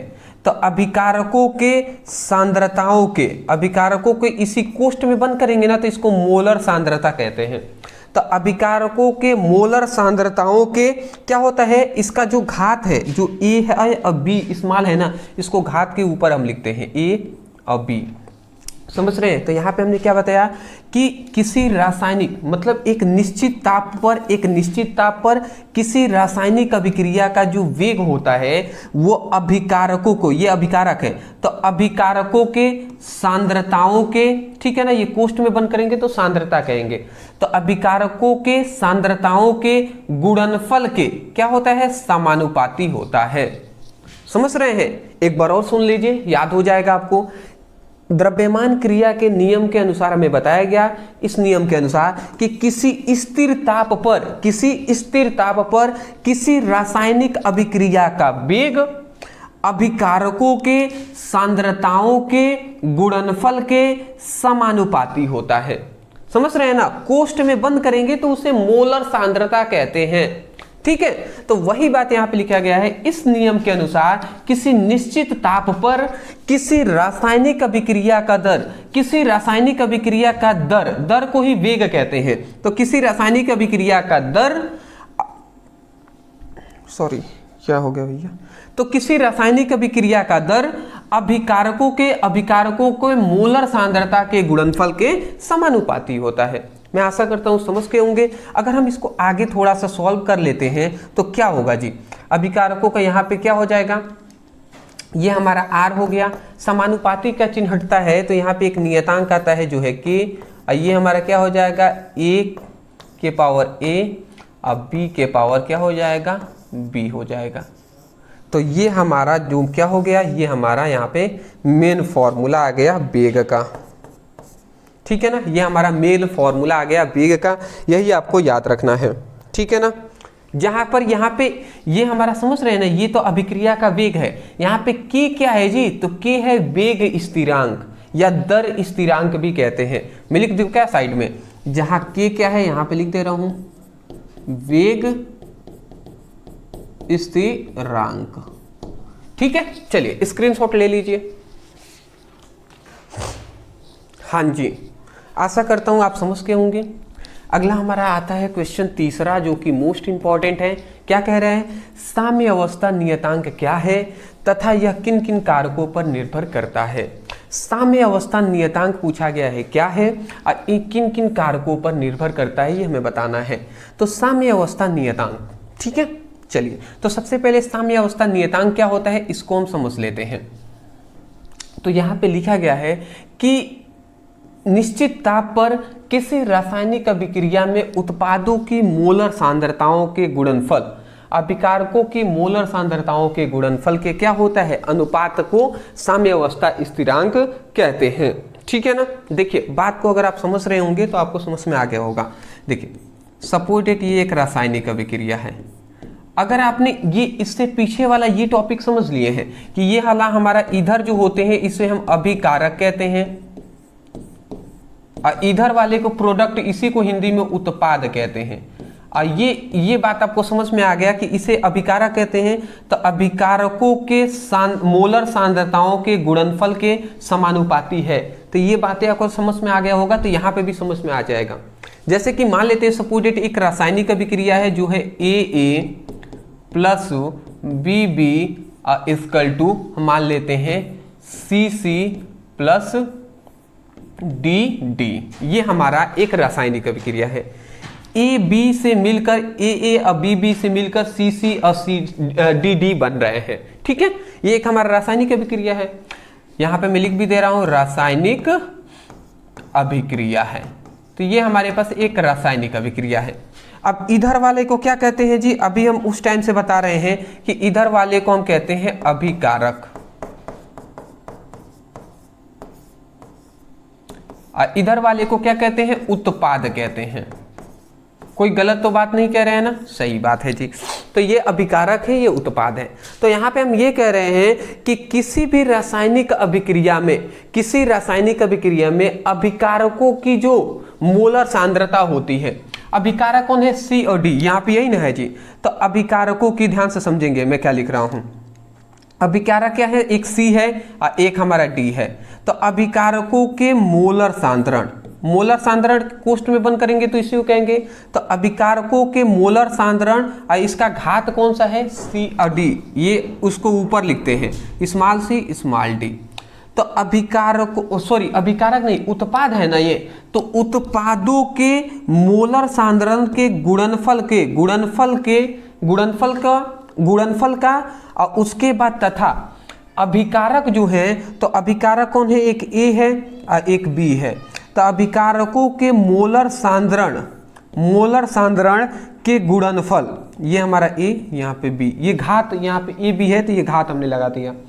तो ऊपर वाले को क्या पढ़ेंगे कि अभी ये ऊपर वाला ये अभी का उत्पाद है ना, तो उत्पादों के मोलर सांद्रण के गुणनफल तथा अभिकारकों के मोलर सांद्रण के गुणनफल के अनुपात को क्या हम कहते हैं, साम्य स्थिरांक कहते हैं, साम्य अवस्था स्थिरांक या नियतांक कहते हैं। समझ रहे हैं, साम्य अवस्था स्थिरांक या नियतांक के कहते हैं। मतलब इसके क्या होता है, इसके इक्वल होता है। यही तो बात हमसे कहा गया है जी। बताइए आपको समझ में आया या नहीं आया क्या? अरे भैया फिर से हम समझाएंगे जी, कोई दिक्कत नहीं है। देखिए, कुछ कहा नहीं गया है, यहाँ पे कहा गया कि यदि हम ताप को टेम्परेचर जो है यदि वो स्थिर हो, ठीक है ना, यदि तापमान स्थिर होता है तो किसी रासायनिक अभिक्रिया में उत्पादों के मोलर सांद्रण के गुणनफल तथा अभिकारकों के मोलर सांद्रण के गुणनफल के अनुपात को साम्य अवस्था नियतांक कहते हैं। आशा करता हूं आप समझ गए होंगे। इतनी ही बात लिखना है, ये लिखने के बाद ये लिखकर ये आप लिख लीजिएगा, काम कंप्लीट। अगला एक और बात कहा गया था, ये किन किन बातों पर निर्भर करते हैं, साम्य अवस्था नियतांक निम्न बातों पर निर्भर करते हैं। तो सबसे पहला आता है तापमान। देखिए, अगर तापमान में केवल तापमान बदलने पर साम्य अवस्था नियतांक भी क्या होता है, साम्य अवस्था नियतांक भी, नियतांक का मान भी बदलता है। सबसे पहली बात। दूसरी बात यहाँ पे आ गया अभिकारकों का स्वभाव। अभिकारकों का स्वभाव क्या होता है, तो उष्माक्षेपी तथा उष्माशोषी अभिक्रिया होने पर साम्य अवस्था नियतांक का मान अलग अलग होता है। मतलब उष्माक्षेपीय और उष्माशोषी अभिक्रिया में साम्य अवस्था का मान क्या होता है, अलग अलग होता है। ये आप याद रखिएगा। ये सभी जो अभिक्रियाएं जो हम बता रहे हैं, इसमें बताएं या इसमें बताएं, ये सब उत्क्रमणीय अभिक्रियाएं हैं। तो उत्क्रमणीय अभिक्रिया के लिए आप बेटर रहेगा कि दोनों तरह से चिन्ह दर्शा दें, ठीक है। ये एक बगल से ही चिन्ह दर्शाएं तो ये बेटर रहेगा, एक इधर से हो जाएगा और एक इधर से, इस तरीके से दोनों तरफ से चिन्ह दिखाएंगे तो ये कौन सा रासायनिक अभिक्रिया है, बट ये एक उत्क्रमणीय अभिक्रिया है। ये सभी को पता होनी चाहिए। स्क्रीनशॉट ले लिए ना। चलिए नेक्स्ट हमारा क्वेश्चन आता है लेसा तेलिए का नियम, बहुत ही महत्वपूर्ण है, ठीक है ना। चलिए जी, तो देख लेते हैं। लाशा या लेसा तेलिए का सिद्धांत लिखिए। ताप दाब और सांद्रता को प्रभाव समझाइए। इसका ताप दाब सांद्रता पर क्या प्रभाव पड़ता है समझाना है। तो सबसे पहले लेसा तेलिए का नियम क्या होता है समझिएगा। इस सिद्धांत के अनुसार यदि किसी साम्य अवस्था में स्थित किसी प्रणाली पर ताप दाब या सांद्रता में परिवर्तन की जाए तो प्रणाली उस परिवर्तन के प्रभाव को कम करने के लिए साम्य अवस्था की स्थिति को बदल देती है। मतलब समझे इसमें क्या बातें कहा गया। अगर इसमें थोड़ा सा आप समझेंगे तो आपको बहुत ही आसानी से समझ में आएगा। और इसमें कुछ ज़्यादा ऐसा नहीं है कि मैं आपको समझा पाऊंगा, इसमें आपको ज़्यादा तो मोस्टली आपको खुद दिमाग से सोचना है कि ऐसा ऐसा हो रहा है। मतलब इस सिद्धांत के अनुसार बताया गया यदि कोई साम्य अवस्था है, ठीक है ना, साम्य अवस्था में स्थित किसी प्रणाली का ताप, यदि कोई साम्य अवस्था है, ठीक है ना, यदि कोई भी साम्य अवस्था है, सपोज डेट ऐसे साम्य अवस्था का मतलब जिसमें अभिकार, जिसमें क्या होता है, जिसमें अग्रगामी अभिक्रिया और पश्चगामी अभिक्रिया दोनों की गति इक्वल होती है, उसी को साम्य अवस्था कहते हैं। तो यदि साम्य अवस्था में स्थित प्रणाली मतलब होता है सिस्टम, तो यदि कोई भी सिस्टम में हम क्या करते हैं ताप दाब और सांद्रता में परिवर्तन करेंगे। मतलब सिंपल सा कहें ना तो कोई एक अभिक्रिया है और उस अभिक्रिया में यदि कोई हमारे पास यदि कोई भी अभिक्रिया है, तो यदि किसी भी अभिक्रिया में अगर हम ताप दाब और सांद्रता में परिवर्तन करेंगे, मान लेते ताप बढ़ाएंगे दाब और घटा देंगे, ऐसा कोई भी परिवर्तन करते हैं, परिवर्तन किया जाता है, तो उस प्रणाली तो उसे परिवर्तन को प्रभाव को कम करने के लिए साम्य अवस्था की स्थिति को बदल देती है। तो वो जो सिस्टम है ना, वो अभिक्रिया पे कोई प्रभाव ना पड़े ताप दाब का, इसके लिए ये अपनी साम्य अवस्था की स्थिति को बदल देगी, ठीक है ना। मतलब यही कहते हैं, सिंपल सा कहें तो कोई मान लेते हैं कोई व्यक्ति है, इसको याद ही कर लीजिएगा, मोस्टली मैं यही कहूंगा, इसको ज्यादा मैं वो नहीं कह रहा हूं, समझिएगा। मान लेते हैं कोई व्यक्ति है, ठीक है, अब कोई व्यक्ति उसको मान लेते हैं चिढ़ा रहा है, ठीक है, वो जानता है व्यक्ति कि ये चिढ़ा क्यों रहा है, क्योंकि मैं इसको बोलूं फिर लड़ाई झगड़ा हो, तो वो चिढ़ने का नहीं चिढ़ेगा, ठीक है ना, वो प्रयास कर रहा है कि नहीं कितना भी चिढ़ाए हमको चिढ़ना नहीं है, तो वो जो प्रयास कर रहा है ना वही साम्य अवस्था। इसी तरीके से यही लासा तेलिए का नियम भी कह रहा है कि यदि इस सिद्धांत के अनुसार बताया गया कि यदि साम्य अवस्था की स्थिति किसी सिस्टम पर या किसी प्रणाली के ताप दाब सांद्रता में परिवर्तन किया जाए, मतलब कोई भी अभिक्रिया है उसकी ताप दाब सांद्रता में अगर हम परिवर्तन कर दें तो प्रणाली जो है ना उस परिवर्तन के प्रभाव को कम करने के लिए, कि वो चिढ़ा रहे तो गुस्सा को मतलब कम करने के लिए साम्य अवस्था को की स्थिति में क्या करता है बदल देती है। मतलब क्या है कि कोई व्यक्ति है उसको चिढ़ा रहा है तो वो बर्दाश्त करने के लिए वो वहां से चला जाएगा, अपनी स्थिति में क्या कर देगा बदल देगा, स्थिति को बदल देता है। तो इस तरीके से थोड़ा समझना पड़ेगा, इसमें कोई वो नहीं है कि मैं आपको समझाऊं कुछ अलग तरीके से। अगला आता है ताप का प्रभाव क्या होता है। तो ताप बढ़ाने पर साम्य अवस्था उष्मा छेपी दिशा में उष्मा शोषी दिशा में और ताप घटने पर उष्मा छेपी दिशा में खिसक जाती है, ठीक है ना। दाब का प्रभाव, दाब बढ़ाने पर साम्य अवस्था कम गैसीय, साम्य अवस्था जो होती है वो क्या होता है कम गैसीय कणों वाली, यहाँ पे कणों होना चाहिए, कम गैसीय कणों वाली की ओर क्या हो जाती है चली जाती है, ठीक है ना। अगला आता है सांद्रता के प्रभाव में क्या लिखेंगे कि अभिकारकों की सांद्रता बढ़ाने पर साम्य अवस्था उत्पादों की ओर खिसक जाती है, उत्पाद की ओर क्या होगी खिसक जाएगी। मैं आशा करता हूं कि आपको समझ में आया होगा। देखिए सीधी बात मैं करूंगा कि ये जो नियम है इसको आपको मोस्टली इस सिद्धांत को याद ही करना पड़ेगा, ठीक है ना, याद कीजिएगा, क्योंकि इसमें क्या है जिसको अब नहीं पता, ठीक है, देखिए कुछ चीजें इसमें है बेसिक, जिसको नहीं पता उसको बहुत दिक्कत हो जाएगा। जिसको मान लेते हैं अभिक्रिया किसे कहते हैं वही नहीं पता, ऊष्माक्षेपीय अभिक्रिया क्या होता है, ऊष्माशोषीय अभिक्रिया क्या होता है, ये नहीं पता, तो उसको ये नियम समझने में दिक्कत तो होगी ना। इसीलिए शायद अगर आपको भी नहीं पता है तो नियम समझने में दिक्कत आ रही है। आपको क्या करना है बाबू, आपको अब मेहनत करके याद करने पर फोकस करना है, ठीक है ना। अब समय नहीं है हमारे पास उतना हम समझें, इसीलिए तो समय नहीं है, इसलिए इंपॉर्टेंट हम करा रहे हैं। अगला हमारा 5वां क्वेश्चन आता है कि समांगी और विसमांगी साम्य अवस्था में अंतर कीजिए। तो ये अंतर है, इसको आपको याद करना है। सबसे पहला हमारा आता है समांगी साम्य अवस्था। तो इसमें पहला हमारा अंतर क्या आप लिखेंगे जी, कि सभी अभिकारक और उत्पाद एक ही अवस्था में होते हैं।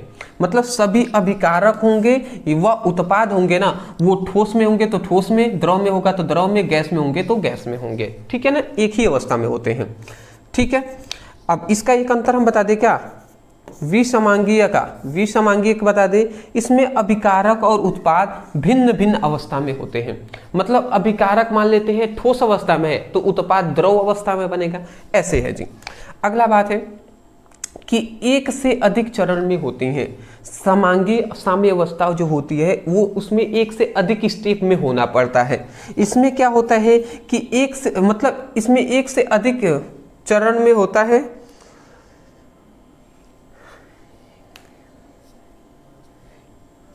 इसमें शायद एक ही स्टेप में ना, समांगी में एक ही स्टेप में हो जाता है ना, ठीक है, वही तो हम भी कह रहे हैं, इसमें एक ही स्टेप में होता है समांगी साम्य अवस्था।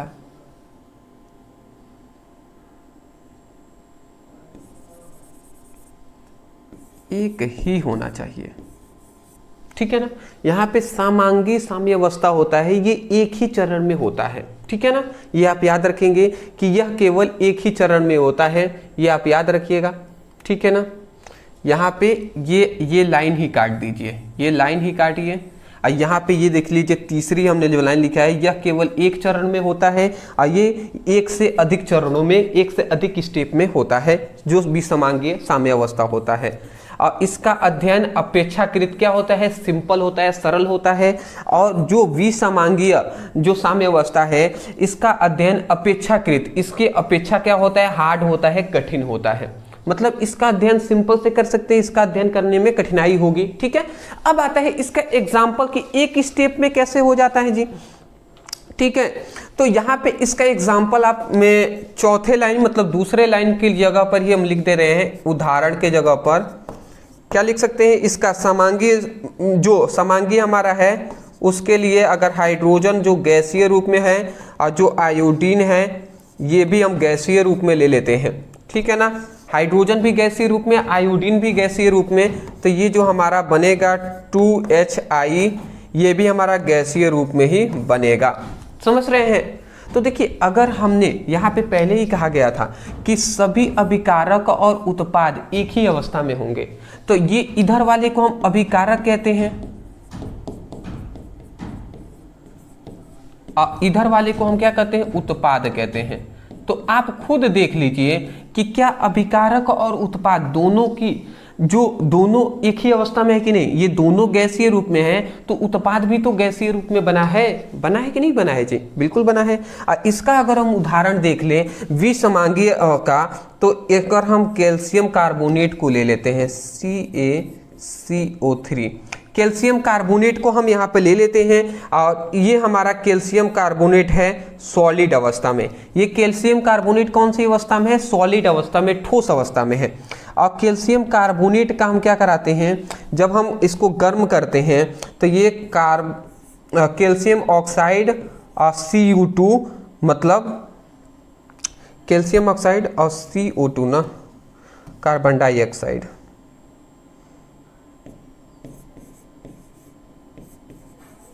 CO2 बनाता है, ठीक है ना। तो ये आप देख लीजिए कि जब कैल्शियम कार्बोनेट को हम क्या करते हैं जी, कैल्शियम कार्बोनेट को गर्म करते हैं तो ये कैल्शियम ऑक्साइड और CO2 का निर्माण करता है। तो ये तो ठोस अवस्था में है। और इधर कौन सा है, इधर तो हमें गैसीय अवस्था में तो प्राप्त हुआ है। तो इसलिए इसमें कहा गया कि अभिकारक और उत्पाद भिन्न भिन्न अवस्था में होते हैं, मतलब भिन्न भिन्न अलग अलग अवस्था में हो सकते हैं। कोई दिक्कत नहीं है, स्क्रीनशॉट ले लीजिए।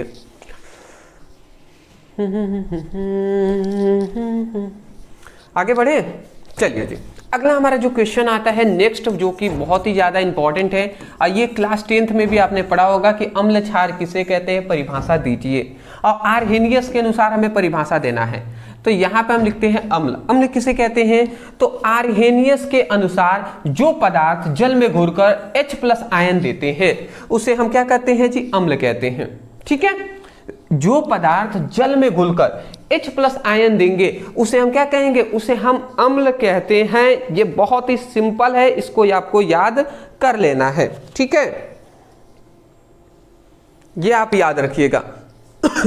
मतलब ऐसा कोई भी पदार्थ जो जल में घुलेगा ना तो वो H+ आयन देगा, उसे हम क्या कहेंगे, अम्ल कहते हैं। जैसे कि HCl है, ठीक है, तो ये HCl है, अगर इसको ये जल में घुलता है ना तो ये जानते हैं क्या देता है, H+ और Cl- आयन ये हमारा देता है।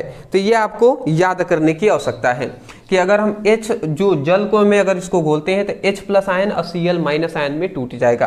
तो देखिए वो पदार्थ जो हाइड्रोजन आयन देते हैं उसे हम क्या कहते हैं, उसे हम अम्ल कहते हैं। तो कौन अम्ल होगा, ये जो हमारा पदार्थ है जो जल में घुलकर H+ आयन दिया है तो ये हमारा अम्ल होगा। तो ये हमारा क्या है, यही है हमारा अम्ल। समझ रहे हैं। चलिए जी, अगला आता है क्षार किसे कहते हैं या क्षारक भी कहते हैं। तो आर्हेनियस के अनुसार जो पदार्थ जल में घुलकर OH- मतलब OH- आयन देता है उसे हम क्षार कहते हैं। जैसे कि सोडियम हाइड्रोक्साइड हो गया, जैसे कि सोडियम हाइड्रोक्साइड हो गया, अगर इसको हम जल में घोलते हैं ना तो ये हमारा Na+ और OH- देख लीजिए, तो ये OH- हमें देता है। तो देख लीजिए जब हमारा यहाँ पे OH- आयन दिया तो वे पदार्थ, हमने पहले ही कहा था कि वे पदार्थ जो जल में घुलकर OH मतलब हाइड्रोक्सी आयन देते हैं तो वो पदार्थ ही क्या होगा, वो पदार्थ ही क्षार होगा। तो ये वाला हमारा क्षार है जी। आशा करता हूं कि आर्हेनियस के अनुसार आपको समझ में आ गई होंगी। ठीक है, चलिए जी नेक्स्ट हम आगे ही बढ़ जाते हैं। सिंपल सा था, क्लास 10th में भी आप सबको पढ़े हुए हैं। अगला हमारा ये भी क्लास 10th में भी आपने पढ़ा हुआ है, क्लास 11th के इस चैप्टर में भी बहुत बार पूछा गया है। पीएच क्या है या पीएच मान क्या है, इसका गणितीय सूत्र क्या है और इसका महत्व भी बताना है। ठीक है, तो पीएच मान क्या है, इसका महत्व आपको सब कुछ अच्छे तरीके से एक्सप्लेन करके आपको बताना है। ठीक है ना। चलिए जी, तो सबसे पहले हम यही जानेंगे कि पीएच क्या होता है, पीएच मान क्या होता है। तो यहाँ पे लिखा गया है पीएच किसी विलयन की अम्लीयता। ठीक है ना, पीएच क्या होता है, पीएच किसी विलयन की अम्लीयता और क्षारीय प्रकृति को क्या करता है, दर्शाने वाला मान है। मतलब पीएच मान जो होता है वो अम्लीयता और क्षारीय प्रकृति को प्रदर्शित करने वाला एक मान होता है। मतलब ये एक नंबर है, जैसे कि 7 हो गया, 8 हो गया, ये एक ऐसा नंबर है जिससे हमें पता चलता है कि कौन सा पदार्थ अम्ल है और कौन सा पदार्थ क्षारीय है। समझ रहे हैं। तो पीएच क्या है, पीएच किसी भी विलयन की अम्लीयता और क्षारीय प्रकृति प्रदर्शित करने का एक वैल्यू होता है, एक मान होता है। ठीक है, तो ये आप परिभाषा लिख देंगे। पीएच मान का गणितीय रूप क्या होता है, तो पीएच मान का फॉर्मूला होता है -log H+ आयन। मतलब क्या होता है, इसको हम क्या पढ़ सकते हैं, ये भी हम पीएच मान का ये भी हम परिभाषा यहां से भी एक दे सकते हैं। क्या दे सकते हैं, ये हाइड्रोजन है, ये प्लस क्या है, आयन है, और ये कोष्ठ में बंद हुआ है तो इसी को सांद्रता या सांद्रण कहते हैं। और ये हमारा लॉग है, यहाँ पे ये क्या है, -log, ये हमारा क्या है, -log है। ठीक है, तो इसको लॉग को लघु गुणक कहते हैं और माइनस को ऋणात्मक कहते हैं। हिंदी में ये सभी चीजों का नाम पता होना चाहिए। तो हम क्या कर सकते हैं, हाइड्रोजन आयन के सांद्रता या हाइड्रोजन आयन के सांद्रण के ऋणात्मक लघु गुणक को पीएच मान कहते हैं। समझ में आया। हाइड्रोजन आयन के सांद्रण के ऋणात्मक लघुगणक को पीएच मान कहते हैं। तो मैं आशा करता हूँ पीएच मान आपको समझ में आ गया होगा। अगला आता है पीएच मान का महत्व। अब इसका क्या महत्व हो जाता है, तो इसका निम्नलिखित महत्व होता है। सबसे पहला इसका महत्व क्या है जी, कि पीएच उसे पता चलता है, पीएच उससे पता चलता है। पीएच मान से क्या पता चलता है, इससे पता चलता है कि विलयन अम्लीय है या क्षारीय है या उदासीन है। पीएच मान से में पता चल जाएगा कि कौन अम्लीय है, कौन क्षारीय है, कौन उदासीन है। ठीक है ना। अब मैं ज़्यादा कुछ नहीं बताऊंगा, बस इतना कहूंगा कि 1 से 6 तक का जो होगा वो अम्लीय होता है। 7 जिसका होगा पीएच मान वो उदासीन होगा, और जिसका 8 से लेकर 14 तक होगा वो क्या होगा, क्षार होगा। ठीक है ना। ये आप ये सभी वैल्यू जो है इसको आप याद रखेंगे। 1 से 6 अम्लीय, 7 उदासीन, और जिसका पीएच मान 8 से 14 के बीच होगा वो क्षारक होगा, क्षार होगा। दूसरी बात, इसका पीएच मान का महत्व क्या है, रक्त, पेट व एंजाइम की सही कार्यों के लिए पीएच बहुत जरूरी होता है। मतलब रक्त सही से कार्य करे, पेट में सब अच्छा से रहे, एंजाइम जो है वो सही से कार्य करे, इसके लिए पीएच का अच्छा होना बहुत ज़रूरी है। तीसरी बात, मिट्टी का पीएच फसलों के उपज को प्रभावित करता है। मिट्टी का पीएच जो होना चाहिए वो 7.8 के लपेट में होना चाहिए, इसके लगभग में होना चाहिए, तभी अच्छा उपज होता है भूमि से। अगला आता है दवाइयों, रासायनिक उद्योगों और जल की गुणवत्ता की जांच में पीएच का उपयोग होता है। क्योंकि पीएच से ही हमें पता चलता है, जल का जब पीएच मान निकाला जाता है तो उसी से पता चलता है कि पानी में ज़्यादा अम्लीय या ज़्यादा क्षारीय तो नहीं है। क्योंकि अम्लीय होगा तभी भी ज़्यादा नुकसान करेगा, क्षारीय होगा तभी भी नुकसान करेगा। क्षारीय होगा तो कड़वा लगेगा और अम्लीय होगा तो हमें बहुत ही खट्टा लगेगा। ठीक है ना। तो ये बातें होती हैं, स्क्रीनशॉट ले लीजिए।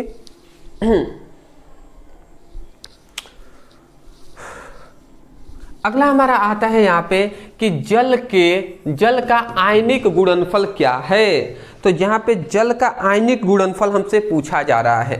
बहुत ही सिंपल है, ज़्यादा हार्ड नहीं है।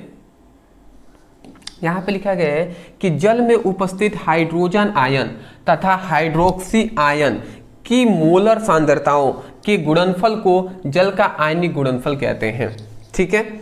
जल में उपस्थित हाइड्रोजन आयन और हाइड्रोक्सी आयन के मोलर सांद्रताओं के गुणनफल को क्या कहते हैं, जल का आयनिक गुणनफल कहते हैं। समझ में आया?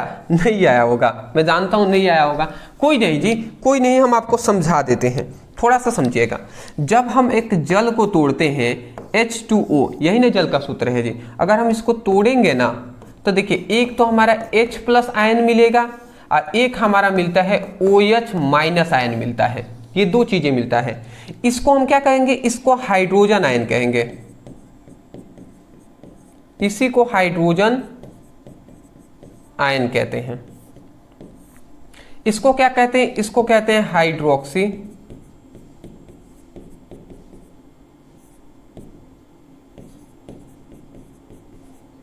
आयन। इसको हम क्या कहते हैं जी, इसको हाइड्रोक्सी आयन कहते हैं। आशा करता हूं आप इतना बात समझ गए होंगे। तो यहाँ पे कह रहा है कि जल में उपस्थित हाइड्रोजन आयन और हाइड्रोक्सी आयन, ठीक है ना। अब इन दोनों का मोलर सांद्रण क्या करेंगे, जब हाइड्रोजन आयन को हम ले लेंगे, बात को आप समझिएगा, जब हम हाइड्रोजन आयन को ले लेंगे और हाइड्रोक्सी आयन को ले लेंगे, इनका क्या करेंगे, मोलर सांद्रण मतलब कोष्ठ में बंद करेंगे। तो मोलर सांद्रण, फिर गुणनफल के लिए बीच में गुणा बिंदु लगा देंगे तो गुणा हो जाएगा। तो हाइड्रोजन आयन और हाइड्रोक्सी आयन के मोलर सांद्रण के गुणनफल को हम क्या कहते हैं, गुणनफल को हम क्या कहते हैं, जल का आयनिक गुणनफल कहते हैं। तो इसी को हम क्या कहते हैं जी, जल का आयनिक गुणनफल KW से प्रदर्शित करते हैं, तो इसी को कहते हैं। तो मैं आशा करता हूं कि आपको ये चीजें याद रखना है और आप इसको याद रखेंगे। क्या हमने कहा यहाँ पे, तो यहाँ पे कह दिया गया कि जल मतलब जल में उपस्थित हाइड्रोक्सी आयन जल में उपस्थित हाइड्रोजन आयन और हाइड्रोक्सी आयन के मोलर सांद्रण के गुणनफल को क्या कहते हैं? गुणनफल को जल का आयनिक गुणनफल कहते हैं। तो यहां से ही ये परिभाषा आया हुआ है, ये बात आप याद रखिएगा। यही बात लिखा गया है कि जल में उपस्थित हाइड्रोजन आयन, देखिए हाइड्रोजन आयन और हाइड्रोक्सी आयन और हाइड्रोक्सी आयन के मोलर सांद्रताओं के गुणनफल को जल का आयनिक गुणनफल कहते हैं। इतनी बात समझ के अब यहाँ पे बताऊं कि जल का, अगर हम यहाँ पे जल का आयनिक गुणनफल का मान निकाले ना, तो ये क्या हो जाता है? 10⁻⁻14 होता है। 10⁻⁻14 वैल्यू होता है। क्यों? क्योंकि ये H प्लस आयन का जो वैल्यू होता है वो 10⁻⁻7 होता है। हाइड्रोक्सी आयन का भी वैल्यू होता है 10⁻7। जब इन दोनों का गुणा करेंगे, हर समान है तो घातों को जोड़ लेते हैं, तो 7 दूना 7 7 14 हो जाएगा ना, तो इसीलिए आ जाता है। तो मैं आशा करता हूं कि ये वैल्यू भी आप याद रखेंगे। स्क्रीनशॉट कहना पड़ेगा जी, कहेंगे तभी नहीं न लेंगे, पहले ही ले लीजिए स्क्रीनशॉट। अगला हमारा नेक्स्ट आता है एक बहुत ही इंपॉर्टेंट टॉपिक जो कि आपको समझना बहुत ही जरूरी है, समझ लेते हैं। अगला आता है दुर्बल अम्ल और प्रबल अम्ल बताइए। दुर्बल मतलब होता है कमजोर, प्रबल मतलब होता है मजबूत। दुर्बल अम्ल किसे कहेंगे? तो जल में आंशिक रूप से आयनीकरण होता है, मतलब जल में ना ये आयनों में टूटेंगे, कम टूटते हैं, ये बातें हैं। और दुर्बल अम्ल में क्या होगा कि जल में पूर्ण रूप से आयनीकरण होता है, मतलब पूरी तरीके से जल में आयनों में टूट जाएगा, ठीक है ना, ये बातें हैं। दूसरी बात यहाँ पे कहा गया कि H प्लस आयन की मात्रा कम होती है। जब आंशिक रूप से कम रूप में टूटेगा तो जाहिर सी बात है कि हाइड्रोजन आयन भी कम होगा मात्रा में, ठीक है। और यहाँ पे ये पूर्ण रूप से टूट रहे हैं तो H प्लस आयन की मात्रा क्या होगा? अधिक होगा। तीसरी बात, पीएच मान जो होता है, पीएच मान होता है वो अधिक होता है। क्यों? पीएच मान जिसका अधिक होगा उसका मान लेते हैं उसकी अम्लीयता क्या होती है? कम होती है। अब पीएच मान इसका कम होता है, इसका मतलब ये अधिक अम्लीय है, ठीक है ना। तो ये बातें आपको याद रखना है, ये सभी बातें क्या करना है? आपको याद रखने की आवश्यकता है जी, आवश्यकता है। आशा करता हूं कि आपको समझ में आ गई होंगी, ठीक है। तो यहाँ पे इसका एग्जाम्पल दे सकते हैं, जैसे कि एसिटिक अम्ल जो हो गया, ये हमारा क्या हो जाएगा? एसिटिक अम्ल एक दुर्बल अम्ल होता है। और प्रबल अम्ल में जैसे कि HCl हो गया, ठीक है ना, जैसे कि H2SO4 हो गया, सांद्र सल्फ्यूरिक अम्ल, ये सब हमारे क्या है? मजबूत अम्ल है। स्क्रीनशॉट ले लिए होंगे। तो ये था हमारा इस चैप्टर के मतलब 9 इंपॉर्टेंट हमने टॉपिक को कराया है, इसको आप जरूर तैयार करके आएंगे। क्वेश्चन आ जाता है, पूरी तरीके से बेसिक से लेकर चलेंगे कि ऑक्सीकरण की परिभाषा लिखिए, मतलब ऑक्सीकरण किसे कहते हैं, या हम यूं कह सकते हैं ऑक्सीकरण अभिक्रिया किसे कहते हैं। क्या होता है जी ऑक्सीकरण? हालांकि चैप्टर का नाम ही है ऑक्सीकरण अभिक्रिया, तो पहले हम यही जानेंगे, ये बहुत बार पूछा गया है कि ऑक्सीकरण अभिक्रिया किसे कहते हैं। हालांकि ये शॉर्ट टाइप क्वेश्चन में पूछा जाता है, तो चलिए हम शॉर्ट टाइप क्वेश्चन भी तो जानना इंपॉर्टेंट है ना। हो सकता है कि बहुत सारे स्टूडेंटों को ऑक्सीकरण अभिक्रिया ही नहीं पता, अब वो ऑक्सीकरण अभिक्रिया वाला चैप्टर पढ़ रहे हैं, तो ये सब चीजें नहीं होनी चाहिए, इसलिए हमको पूरी तरीके से डीप में एनालिसिस करना पड़ेगा, ठीक है। तो पहला हमारा यहाँ पे इंपॉर्टेंट क्वेश्चन आता है ऑक्सीकरण अभिक्रिया। एक बार पढ़कर हम सुना दे रहे हैं आपको, फिर हम आपको स्टडी कराएंगे, यहाँ पे समझाएंगे तो समझ में आ जाएगा। तो यहाँ पे हमने क्या लिखा है? जिस अभिक्रिया में किसी पदार्थों द्वारा इलेक्ट्रॉनों का त्यागना, ठीक है, जिस पदार्थों द्वारा मतलब क्या बताया गया? जिस अभिक्रिया में किसी पदार्थों द्वारा इलेक्ट्रॉनों का त्यागना और ऑक्सीजन को ग्रहण करना या हाइड्रोजन को त्यागना होता है तो उसे ये ऑक्सीकरण कहते हैं। मतलब सिंपल सी बात, यहाँ पे 3 बातें कही गई। सबसे पहली बात यहाँ पे ये बताया गया कि ऐसी कोई भी अभिक्रिया, ऐसी कोई भी अभिक्रिया, ठीक है ना, ऐसी अभिक्रिया जिसमें क्या होता है? जिसमें या तो ऑक्सीजन का संयोग हो, संयोग मतलब होता है जोड़ना, या तो ऑक्सीजन का संयोग हो रहा हो तो उसे भी हम ऑक्सीकरण अभिक्रिया कहेंगे। ऐसी अभिक्रिया जिसमें ऑक्सीजन का संयोग हो, संयोग मतलब जुड़े, तो उसे उस अभिक्रिया को ऑक्सीकरण अभिक्रिया कहेंगे, ठीक है। या क्या हो? ऐसी अभिक्रिया जिसमें क्या हो? इलेक्ट्रॉनों का त्यागना हो, ठीक है, इलेक्ट्रॉन क्या करते हैं, इलेक्ट्रॉन को त्यागा जा रहा है। ऐसी अभिक्रिया जिसमें किसी परमाणुओं द्वारा या किसी पदार्थों द्वारा इलेक्ट्रॉन को त्यागा जा रहा है, इलेक्ट्रॉन को दिया जा रहा है। ठीक है, तो ऐसी अभिक्रिया को भी ऑक्सीकरण अभिक्रिया कहते हैं। या ऐसी अभिक्रिया जिसमें क्या हो, जिसमें हाइड्रोजन का क्या हो, हाइड्रोजन का वियोग हो। वियोग मतलब समझ रहे हैं, हाइड्रोजन ऐसी अभिक्रिया जिसमें हाइड्रोजन निकल रहा हो। ठीक है ना, तो हाइड्रोजन निकल रहा हो, हाइड्रोजन का वियोग होता है, तो उसे भी हम क्या कहते हैं, उसे भी हम ऑक्सीकरण अभिक्रिया कहते हैं। तो ये तीनों तरीके से हम परिभाषा कर सकते हैं। फिलहाल हमने ये जो परिभाषा लिखा है तीनों को मिलाकर लिखा है।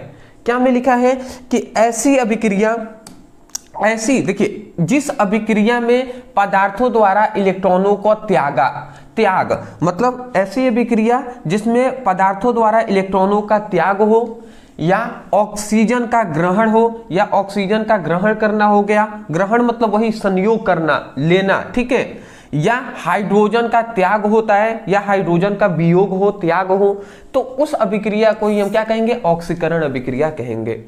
आशा करता हूं आपको समझ में आ गया होगा। ठीक है, एक एग्जांपल से भी हम समझाने का प्रयास यहाँ पे कर लेते हैं।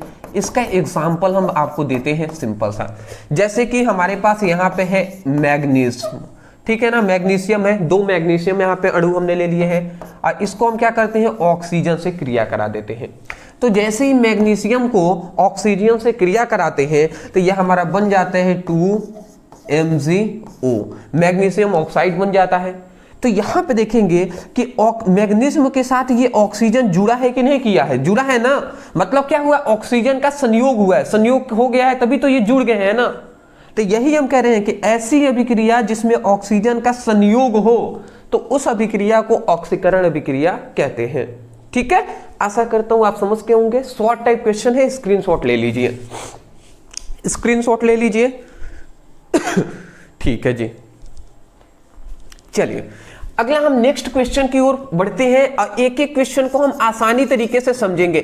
सबसे पहले 3-4 क्वेश्चन है शॉर्ट टाइप क्वेश्चन, उसको हम समझेंगे क्योंकि वो बेसिक आधार है इसका, और ये शॉर्ट टाइप क्वेश्चन पूछे भी गए हैं इसलिए हम आपको करा रहे हैं। दूसरा हमारा क्वेश्चन आता है अपचयन किसे कहते हैं। अपचयन जस्ट ऑक्सीकरण का उल्टा होता है, मतलब ना इसका जो हमने पढ़ा कि ऑक्सीजन का संयोग होता है तो उसे हम ऑक्सीकरण कहते हैं। उसमें क्या होगा, अपचयन में ऑक्सीजन का वियोग होगा, हाइड्रोजन क्या होगा, सॉरी इलेक्ट्रॉनों का यहाँ पे त्याग हो रहा था, उसमें क्या होगा, इलेक्ट्रॉन को हम लेंगे, और हाइड्रोजन का जहाँ वियोग हो रहा था उसमें क्या होगा, अपचयन में संयोग होता है। तो यही बात हमने यहाँ पे परिभाषा में लिखा है कि जिस अभिक्रिया में किसी पदार्थों द्वारा इलेक्ट्रॉनों को क्या किया जाए, इलेक्ट्रॉनों को ग्रहण किया जाता है, हाइड्रोजन का क्या कर जाता है, हाइड्रोजन का ग्रहण होता है, और ऑक्सीजन का क्या होता है, त्याग होता है, तो उसे अपचयन अभिक्रिया कहते हैं। समझ रहे हैं ना, ऐसी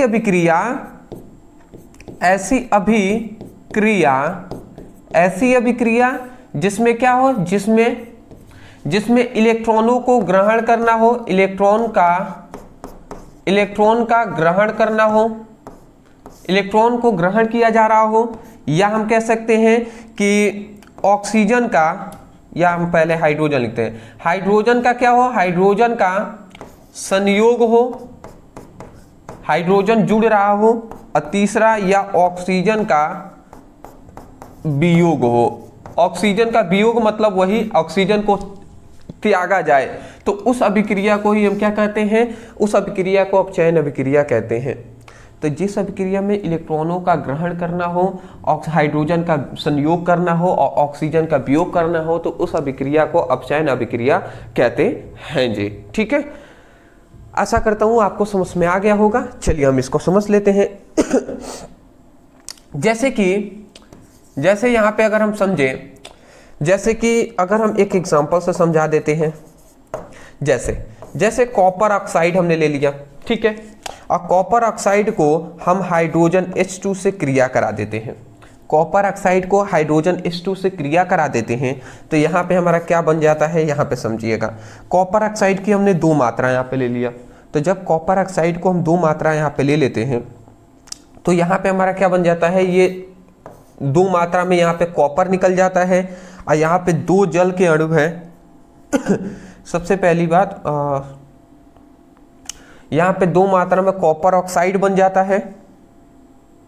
नहीं जी, ऐसे थोड़ी ना होगा, सॉरी, एक ही मात्रा में हम लेंगे कॉपर ऑक्साइड ना, CO, सॉरी, यहाँ पे हम से ओनली कॉपर ले लेते हैं, ठीक है। ये क्या ही हो रहा है भैया, यहाँ पे हमने क्या कर लिया है, यहाँ पे कॉपर ऑक्साइड को ले लिया है, हाइड्रोजन गैस से अगर क्रिया करा देते हैं हाइड्रोजन से, तो यहाँ पे होता क्या है, यहाँ से ये जल का अणु H2 निकलता है, यहाँ से एक ऑक्सीजन निकलता है, तो H2O यहाँ से सबसे पहले जल के अणु बाहर निकल जाते हैं, तो ये H2O बनता है, और यहाँ पे Cu जो कॉपर है ये हमारा क्या हो जाता है, बाहर निकल जाता है।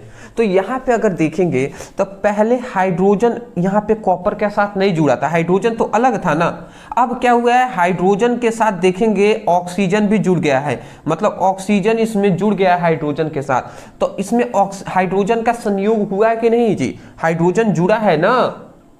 या यूं देखें तो या एक तरीके से ये भी हम देख सकते हैं कि देखिए कॉपर के साथ ऑक्सीजन जुड़ा हुआ था, परंतु अब ऑक्सीजन यहाँ से हट गया है ना, यहाँ से ऑक्सीजन जो है वो हट गया है, यहाँ से कॉपर के साथ हट गया है, तो इसका मतलब ऑक्सीजन का कॉपर से वियोग हो गया है। तो हम तो यही कह रहे थे कि हाइड्रोजन का या तो संयोग हो, हाइड्रोजन का देख रहे हैं कॉपर ऑक्सीजन के साथ संयोग हो गया है, और ऑक्सीजन का वियोग हो, तो देखिए कॉपर के साथ ऑक्सीजन का वियोग हो गया है, तो ये हमारा क्या हो जाएगा जी, ये हमारा अपचयन अभिक्रिया हो जाएगा, ठीक है ना। आशा करता हूं आप समझ गए होंगे। चलिए जी, अगला हमारा आता है तीसरा हमारा इंपॉर्टेंट क्वेश्चन आता है, मुक्त तत्वों की ऑक्सीकरण संख्या क्या होगी। यहां पे कहा गया कि मुक्त तत्वों की ऑक्सीकरण संख्या पूछा जा रहा है, जो मुक्त तत्व है उसकी ऑक्सीकरण संख्या। तो देखिए ये नॉर्मल बात है, ये सभी हम जानते ही हैं कि मुक्त तत्वों की जो ऑक्सीकरण संख्या होती है, मुक्त तत्वों की ऑक्सीकरण संख्या 0 होती है। तो किसी भी मुक्त या इसी को असंयोजित भी कहते हैं, किसी भी मुक्त तत्वों की ऑक्सीकरण संख्या क्या होती है, 0 होती है। जैसे कि H2 हो गया, इसकी ऑक्सीकरण संख्या 0, O2 का 0, N का Na का 0 या Cl2 का 0, यही ऑक्सीकरण मतलब सोडियम क्लोराइड है। तो यहाँ पे अब सोडियम क्लोराइड के साथ जुड़ा हुआ है, तो इसमें सोडियम का अलग ऑक्सीकरण संख्या होगा, क्लोरीन का अलग होगा। जैसे अगर इसको हम तोड़ें तो ये Na+ हो जाएगा और Cl- हो जाएगा, तो इसकी ऑक्सीकरण संख्या +1 हो जाएगा, इसकी ऑक्सीकरण संख्या -1 हो जाएगा। तो ये जब अलग नहीं होंगे, जब मुक्त तत्व आप तो है नहीं, ये सबसे पहले मुक्त तत्वों की बात किया गया है, यहाँ पे ये अलग अलग तत्वों के रूप में है, तो इसकी ऑक्सीकरण संख्या 0 होगा। परंतु अगर यौगिक के रूप में होंगे, जुड़े हुए होंगे, तो उसके ऑक्सीकरण संख्या अगर हम तोड़कर निकालेंगे तो वहां पर अलग अलग होगा, ठीक है। आशा करता हूं आपको समझ में आ गया होगा कि अगर मुक्त कोई भी तत्व है तो ऑक्सीकरण संख्या क्या होती है, उसकी ऑक्सीकरण संख्या 0 होती है, ठीक है। अगला आता है 4th नंबर क्वेश्चन, आक्सीकारक और अपचायक को परिभाषित कीजिए। अब आक्सीकारक क्या होता है, अपचायक क्या होता है, इसको देना है। तो चलिए जी, आक्सीकारक किसे कहते हैं, तो जो पदार्थ दूसरे पदार्थों का आक्सीकरण कराता है, जो पदार्थ दूसरे पदार्थों का आक्सीकरण कराता है और स्वयं अपचयित हो जाता है, उसे हम आक्सीकारक कहते हैं। मतलब जो पदार्थ दूसरे पदार्थ का आक्सीकरण कराएगा और स्वयं अपचयित हो जाएगा तो उसे हम आक्सीकारक कहेंगे, ठीक है। यह बात आपको याद रखना है। जैसे एग्जांपल से हम आपको समझाते हैं, जैसे एग्जांपल जैसे कि यहाँ पे हमने ले लिया, जैसे कि जिंक को ले लिया और इसको कॉपर सल्फेट से हम क्रिया करा देते हैं। जिंक को ले लिया, कॉपर सल्फेट से क्रिया करा देंगे। तो देखिए आक्सीकारक का मतलब क्या होता है, देखिए जो पदार्थ दूसरे पदार्थों को आक्सीकरण कराता है, ऐसा कोई पदार्थ जो दूसरे पदार्थों का आक्सीकरण कराएगा, आक्सीकरण मतलब ऑक्सीजन के साथ संयोग करा देगा और स्वयं अपचयित हो जाता है, स्वयं बाहर निकल जाता है, ठीक है ना, तो उसी को आक्सीकारक कहते हैं। तो यहाँ पे जो हमारा देखिए, यहाँ पे जो हमारा जिंक है ना, ये कॉपर को हटा देता है उसके स्थान पे और ये खुद जुड़ जाता है, तो जिंक सल्फेट बन जाता है और कॉपर ये हो जाता है, ये बाहर निकल जाता है। ये बात आपको याद रखना है। अब आप सोच रहे होंगे सर कैसे यहाँ पे आक्सीकरण हुआ है और कैसे यहाँ पे अपचयित हो गया है, ठीक है, तो ये भी समझ जाइए। देखिए जो जिंक यहाँ पे है ना, तो जिंक यहाँ पे है तो 2+ के रूप में है, मतलब जो जिंक है यहाँ पे, जिंक है ये किसके बराबर, जिंक 2+ है, ये 2 इलेक्ट्रॉनों को क्या हो रहा है, दे रहा है। और ये जो कॉपर है ना, कॉपर, ये जो हमारा कॉपर है, तो ये कॉपर Cu2+ है, ये 2 इलेक्ट्रॉन क्या हो रहा है, 2 इलेक्ट्रॉन ले रहा है, 2 इलेक्ट्रॉन ले रहा है, तब ये Cu बन रहा है। बात समझ में आ रहा है? ये जो जिंक है ना, यहाँ पे जिंक, ये 2 इलेक्ट्रॉन इस कॉपर को दे रहा है, तब यहाँ पे Zn2+ 2 इलेक्ट्रॉन दे रहा है, तब जाकर Zn2+ बनकर तब जाकर सल्फेट के साथ यहाँ पे जुड़ा है। और ये जो Cu2+ वास्तव में यहाँ पे Cu2+ के रूप में है, परंतु 2 इलेक्ट्रॉन इस जिंक से ये कॉपर ले रहा है, तब जाकर ये कॉपर बनकर ये बाहर निकल रहा है। तो हम जानते हैं कि जो पदार्थ इलेक्ट्रॉन देता है, इलेक्ट्रॉन ये दे रहा है, तो जो पदार्थ इलेक्ट्रॉन देता है वो क्या होता है, उस पर ऑक्सीकरण होता है, और जो लेता है वो अपचयन होता है। तो यहाँ पे यही बात हो रहा है जी। अदरवाइज ज़्यादा कुछ ना समझ में आए तो उतना डीप में आप नहीं जाइएगा, बस इतना जान लीजिए कि जो पदार्थ दूसरे पदार्थों का ऑक्सीकरण कराता है और स्वयं अपचयित हो जाता है, बाहर निकल जाता है, उसे ऑक्सीकारक कहते हैं। और जस्ट अपचय का मतलब जो पदार्थ दूसरे पदार्थों का अपचयन कराता है और स्वयं ऑक्सीकृत हो जाता है, उसी को अपचय कहते हैं। दोनों एक दूसरे के अपोजिट है। यहाँ पर केवल ये फॉर्मूला, ये हम कह सकते हैं कि ये एक नोट डाउन कर लीजिएगा, ठीक है, ये आप एक नोट डाउन कर लीजिएगा, जैसे कि Zn + USO4 और इक्वल टू हम कह सकते हैं कि Zn SO4 प्लस Cu, ये आप नोट डाउन कर लीजिएगा। हाँ ठीक है ना, ये दोनों रिएक्शन सेम टू सेम है, मैं जान रहा हूं। दोनों में ना यहाँ पे क्या हो रहा है, इसमें और यहाँ पे अगर देखेंगे इन दोनों के बीच, तो यहाँ पे ऑक्सीकरण होता है। जिंक और जिंक सल्फेट के बीच ऑक्सीकरण की अभिक्रिया हो रही है, परंतु कॉपर सल्फेट और कॉपर के बीच अपचयन की अभिक्रिया हो रही है। तो दोनों में ऑक्सीकरण की अभिक्रिया ऊपर वाले में, अपचयन की अभिक्रिया नीचे वाले में हो रही है। ये दोनों रिएक्शन में दोनों अभिक्रियाएं हो रही है, इसलिए दोनों का उपयोगी हो जाएगा। ठीक है, ज्यादा इसमें दिमाग नहीं लगाना है उतना कुछ, ठीक है। कुछ चीजें होती है अगर ना समझ में आए तो उस पर ज्यादा फोकस ना करके आगे बढ़ा जाएगा, क्योंकि समय हमारे पास लिमिट है जी। अगला कह रहे हैं ऑक्सीकरण और अपचयन अभिक्रियाएं साथ साथ क्यों होती हैं। ऑक्सीकरण और अपचयन अभिक्रिया साथ साथ क्यों होती हैं, तो देख लीजिए यहाँ पे हमने लिखा हुआ है, ऑक्सीकरण और अपचयन साथ साथ होते हैं क्योंकि किसी भी अभिक्रिया में इलेक्ट्रॉन का त्याग और ग्रहण एक साथ होता है। किसी भी अभिक्रिया में इलेक्ट्रॉन का त्यागना हो गया या ग्रहण करना हो गया, वो साथ साथ ही होता है, एक साथ होता है। यदि पदार्थ इलेक्ट्रॉन देता है तो ऑक्सीकरण और दूसरा पदार्थ इलेक्ट्रॉन लेता है तो उसमें अपचयन होता है। जैसे क्या हो रहा था, जिंक जो था ना, जिंक जो था ये क्या कर रहा था, जिंक जो था वो क्या कर रहा था, 2 इलेक्ट्रॉन Zn2+ बन रहा था क्योंकि ये 2 इलेक्ट्रॉन क्या कर रहा था, दे रहा था। और यहाँ पे जो कॉपर 2U+2+ बन रहा था ठीक है, 2+ था, ये 2 इलेक्ट्रॉन ले लिया, इसीलिए ये कॉपर Cu बन गया। तो देखिए जिंक क्या हो रहा है, इलेक्ट्रॉन दे रहा है, इसीलिए ये ऑक्सीकरण हो गया, ऑक्सीकृत ऑक्सीकारक हो गया, ऑक्सीकारक ये कहलाएगा। और ये जो कॉपर Cu है ये इलेक्ट्रॉन ले रहा है, इसीलिए ये अपचायक हो गया। ठीक है ना, तो यही बात आप लिख देंगे। इसीलिए ऑक्सीकरण और अपचायक दोनों साथ साथ होते हैं। साथ साथ इसलिए होते हैं क्योंकि कोई पदार्थ इलेक्ट्रॉन त्यागेगा और कोई पदार्थ इलेक्ट्रॉन ग्रहण करेगा, ये प्रक्रिया साथ साथ होती है। तो ये मान लेते हैं इलेक्ट्रॉन त्यागा, तो दो इलेक्ट्रॉन त्यागेगा, उसको कोई ना कोई लेने के लिए भी तो चाहिए ना, तो वही 2 इलेक्ट्रॉन यहाँ पे ले रहा है। तो इसीलिए ऑक्सीकरण और अपचयन की क्रियाएं साथ साथ ही होती हैं। ठीक है, समझ गए होंगे। अगला हमारा आता है कि ऑक्सीकरण संख्या क्या है, उदाहरण सहित समझाइए। देखिए यहाँ पे हम डिटेल में यहाँ पे देख लीजिए, ऑक्सीकरण संख्या किसे कहते हैं। सिंपल सा है, किसी यौगिक या आयन में किसी तत्वों पर प्रकट होने वाली वास्तविक या काल्पनिक आवेश को उसकी ऑक्सीकरण संख्या कहते हैं। कोई भी मतलब कोई भी यौगिक है या आयन है, तो उसके कोई भी यौगिक है या आयन है तो उसके किसी तत्वों पर प्रकट होने वाली आवेशित वास्तविक या काल्पनिक आवेश को ही ऑक्सीकरण संख्या कहते हैं।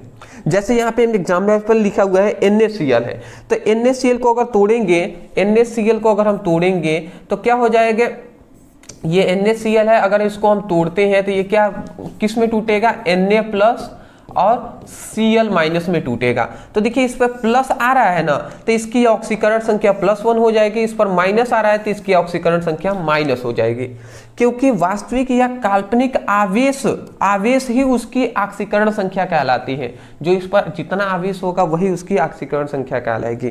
तो देख लीजिए, इसलिए NaCl में सोडियम की +1 है और क्लोरीन का -1 है, देख सकते हैं ना, यही बात है। H2O को अगर हम तोड़ते हैं तो H+ हो जाएगा और 2- हो जाएगा, तो ये हमारा क्या हो जाएगा, ऑक्सीकरण संख्या हो जाएगा। स्क्रीनशॉट ले लीजिए। हाँ, एक और चीज मैं बताना चाहूंगा, ऑक्सीकरण संख्या को अगर डीप में आपको पढ़ना है कि सर कोई यौगिक है तो बड़े बड़े यौगिकों का भी ऑक्सीकरण संख्या हम कैसे निकाल सकते हैं, तो उसके लिए आपको एक ट्रिक है, आप कर लीजिएगा, लिखिएगा ऑक्सीकरण संख्या निकालना सीखे ब्रदर सर, इतना लिख कर सर्च कीजिए, हमारी वीडियो आपको मिल जाएगा, वहां से आप देख सकते हैं। समझ रहे हैं ना, ठीक है जी। स्क्रीनशॉट सबका तरीका है, आप केवल पढ़ना चाहें तो आप पढ़ सकते हैं, मेरे पास उतना समय नहीं रह गया है, आपके पास में मैं कहूँगा उतना समय नहीं है कि अब आप डीप में पढ़ें। इंपॉर्टेंट यही होगा कि आपको जो इंपॉर्टेंट टॉपिक है उसको तैयार करें, कवर करें। अगला हमारा आता है 8 नंबर क्वेश्चन, निम्न में से ऑक्सीकरण और अपचयन पहचानिए। मतलब कहाँ पर ऑक्सीकरण की अभिक्रिया हो रही है, कहाँ पर अपचय की अभिक्रिया हो रही है, ये आपको पहचाना है। कहाँ पर ऑक्सीकारक कौन है और अपचायक कौन है, ये हमें पहचानना है। सिंपल सी बात है, देखिए Zn है और CuSO4 कॉपर सल्फेट के साथ क्रिया करता है तो जिंक सल्फेट और कॉपर बन रहा है। जाहिर सी बात हम जानते हैं कि ये इलेक्ट्रॉन दे रहा है, तो जो देता है, ठीक है ना, तो ये हमारा क्या हो जाएगा, ये हमारा ऑक्सीकारक हो जाएगा, ये हमारा ऑक्सीकारक हो जाएगा।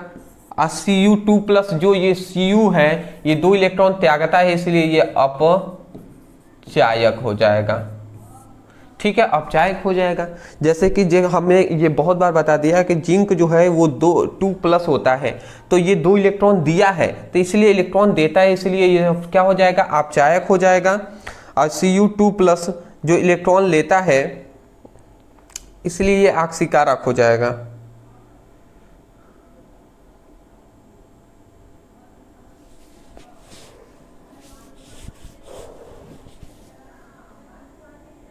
ये गलत कर दिया है क्या भैया, जो इलेक्ट्रॉन देता है, ठीक है, तो वो ऑक्सीकारक न होगा जी।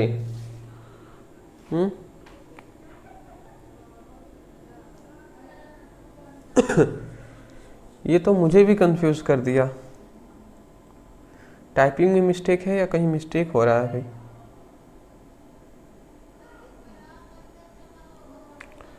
Zn2+ यहाँ पे 2 इलेक्ट्रॉन ले रहा है, यहाँ पे तो ले रहा है, जो लेता है इलेक्ट्रॉन वो तो अपचायक होता है, देता है या अपचयन होता है, क्या कहें भैया। चलिए इसको हम बाद में देख लेते हैं, फिलहाल ये क्वेश्चन मुझे सही प्रतीत नहीं हो रहा है। आपको अगर पता हो तो कमेंट सेक्शन में बताइएगा, मैं इसको देखकर बता दूंगा, क्योंकि हर चीज़ों में जिसमें थोड़ा सा भी मुझे डाउट लगता है मैं उसको ज़्यादा डिटेल में नहीं जाता, ठीक है ना, उसको हम बाद में देख लेंगे। ज़रूरी नहीं हर चीज़ें सभी को पता ही हो, मुझे भी पूरे विशेषकर मैं ये नहीं कह सकता हूँ कि हाँ भैया मुझे पूरे ब्रह्मांड का नॉलेज है या केमिस्ट्री का मुझे बहुत नॉलेज है, तो ऐसा कुछ नहीं है, कुछ डाउट आते हैं, ठीक है, तो कोई नहीं जी, इसको देख लिया जाएगा। दहन अभिक्रिया को रेडॉक्स अभिक्रिया क्यों कहते हैं? दहन अभिक्रिया को रेडॉक्स अभिक्रिया कहते हैं। दहन अभिक्रिया का मतलब कैसे जानते हैं क्या होता है? दहन मतलब होता है जलाना। तो कोई किसी पदार्थ को हम जला रहे हैं तो वहां पे जो क्रिया होगी उसी को दहन अभिक्रिया कहते हैं। तो दहन अभिक्रिया को रेडॉक्स अभिक्रिया क्यों कहते हैं, ये हमें पूछा गया है। तो देखिए यहाँ पे हमने लिखा है कि दहन अभिक्रिया को रेडॉक्स अभिक्रिया कहते हैं। क्यों कहते हैं? क्योंकि दहन अभिक्रिया में ईंधन का क्या होता है? ऑक्सीकरण होता है और ऑक्सीजन का क्या होता है? अपचयन होता है। इसलिए दहन अभिक्रिया को रेडॉक्स अभिक्रिया कहते हैं। ठीक है ना। यहां पे क्या होता है, मतलब सिंपल सी बात है कि दहन अभिक्रिया को रेडॉक्स अभिक्रिया कहते हैं क्योंकि जब दहन अभिक्रिया होता है तो वहां पे ईंधन का क्या होता है? ऑक्सीकरण होता है। ईंधन का क्या होता है, ऑक्सीकरण होता है, और ऑक्सीजन का क्या होता है, अपचयन होता है, ठीक है ना। तो उसीलिए हम दहन अभिक्रिया को रेडॉक्स अभिक्रिया कहते हैं। जैसे कि एग्जांपल से अगर हम कहें तो जैसे कार्बन है, यहाँ पे ऑक्सीजन से क्रिया करता है तो Cu2 कार्बन डाइऑक्साइड बनता है। जब हम कार्बन को ऑक्सीजन के संपर्क में आता है, ठीक है, तो जलने लगेगा, तो वहां से जाहिर सी बात है जब कोई भी पदार्थ जलता है तो उसमें से कार्बन डाइऑक्साइड निकलता है, ठीक है ना। तो वही कह रहे हैं कि दहन अभिक्रिया को रेडॉक्स अभिक्रिया कहते हैं, क्योंकि इसमें क्या होता है, ईंधन में ऑक्सीकरण, ईंधन में क्या होता है, ऑक्सीकरण होता है, और ऑक्सीजन का में क्या होता है, अपचयन होता है। तो इसीलिए हम क्या कहते हैं, इसे दहन अभिक्रिया को रेडॉक्स अभिक्रिया कहते हैं, ठीक है। ये हालांकि ये परिभाषा लिखने के बाद या आपको बस केवल आपको एक परिभाषा, ये क्या है, एग्जाम्पल है, ये लिख देंगे, आपका काम कंप्लीट हो जाएगा। अगला आता है हमारा 10th नंबर क्वेश्चन, ऑक्सीकरण संख्या ज्ञात करने के कोई 3 नियम लिखिए। ऑक्सीकरण संख्या ज्ञात करने के कोई 3 नियम लिखिए। देखिए ऑक्सीकरण संख्या ज्ञात करने के 3 नियम कौन कौन से हैं ये हम बता दे रहे हैं। तो इसके 3 नियम निम्नलिखित हैं। सबसे पहला हमारा पहला नियम आता है कि मुक्त तत्वों की ऑक्सीकरण संख्या 0 होती है। मुक्त तत्वों की जो ऑक्सीकरण संख्या होती है वो क्या होती है, 0 होती है, 0 होती है, ठीक है ना। जैसे कि मुक्त तत्वों की ऑक्सीकरण संख्या 0 का मतलब है जैसे कि H2 हो गया, O2 हो गया, Na हो गया, Cl2 हो गया। तो जितने भी मुक्त तत्व हैं उनकी ऑक्सीकरण संख्या 0 होती है, यह बात हमने बताया ही है। दूसरी बात यहाँ पे बताया गया है, किसी यौगिक में ऑक्सीजन का ऑक्सीकरण संख्या सामान्यतः -2 होता है। मतलब किसी भी यौगिक में ऑक्सीकरण की ऑक्सीकरण संख्या जो होती है, ऑक्सीजन की जो ऑक्सीकरण संख्या मतलब O2 की ऑक्सीकरण संख्या क्या होती है, -2 ही होता है ज्यादातर। जैसे कि देख सकते हैं यहाँ पे जो देखिए H2O है, इसमें भी ऑक्सीजन की ऑक्सीकरण संख्या -2 होगा। CO2 है, इसमें भी ऑक्सीजन की ऑक्सीकरण संख्या -2 होता है। तो ज्यादातर कहा जा रहा है कि 2 होता है। अगली तीसरी बात यहाँ पे हमसे कहा गया कि किसी यौगिक में हाइड्रोजन की ऑक्सीकरण संख्या सामान्यतः +1 होता है। किसी यौगिक में भी हाइड्रोजन होगा ना तो उसमें ज्यादातर हाइड्रोजन की ऑक्सीकरण संख्या +1 ही होगा। जैसे कि HCl में भी हाइड्रोजन का ऑक्सीकरण संख्या +1 होता है, H2O में भी हाइड्रोजन की ऑक्सीकरण संख्या +1 होता है। स्क्रीनशॉट ले लिए ना। और क्लोरीन का क्या होता है जी, माइनस होता है, -1। अगला यहाँ पे आता है रेडॉक्स अभिक्रिया क्या है और एक उपयुक्त द्वारा समझाइए। अब रेडॉक्स अभिक्रिया किसे कहते हैं तो यहाँ पे समझ लेते हैं। तो जिस अभिक्रिया में ऑक्सीकरण और अपचयन दोनों साथ साथ होती है उसी को रेडॉक्स अभिक्रिया कहते हैं। ऐसी अभिक्रिया जिसमें क्या होता है, जिसमें ऑक्सीकरण और अपचयन दोनों अभिक्रियाएं साथ हो तो उसे रेडॉक्स अभिक्रिया कहते हैं। इसका अभी हमने बहुत ही पहले एग्जाम्पल दिया था।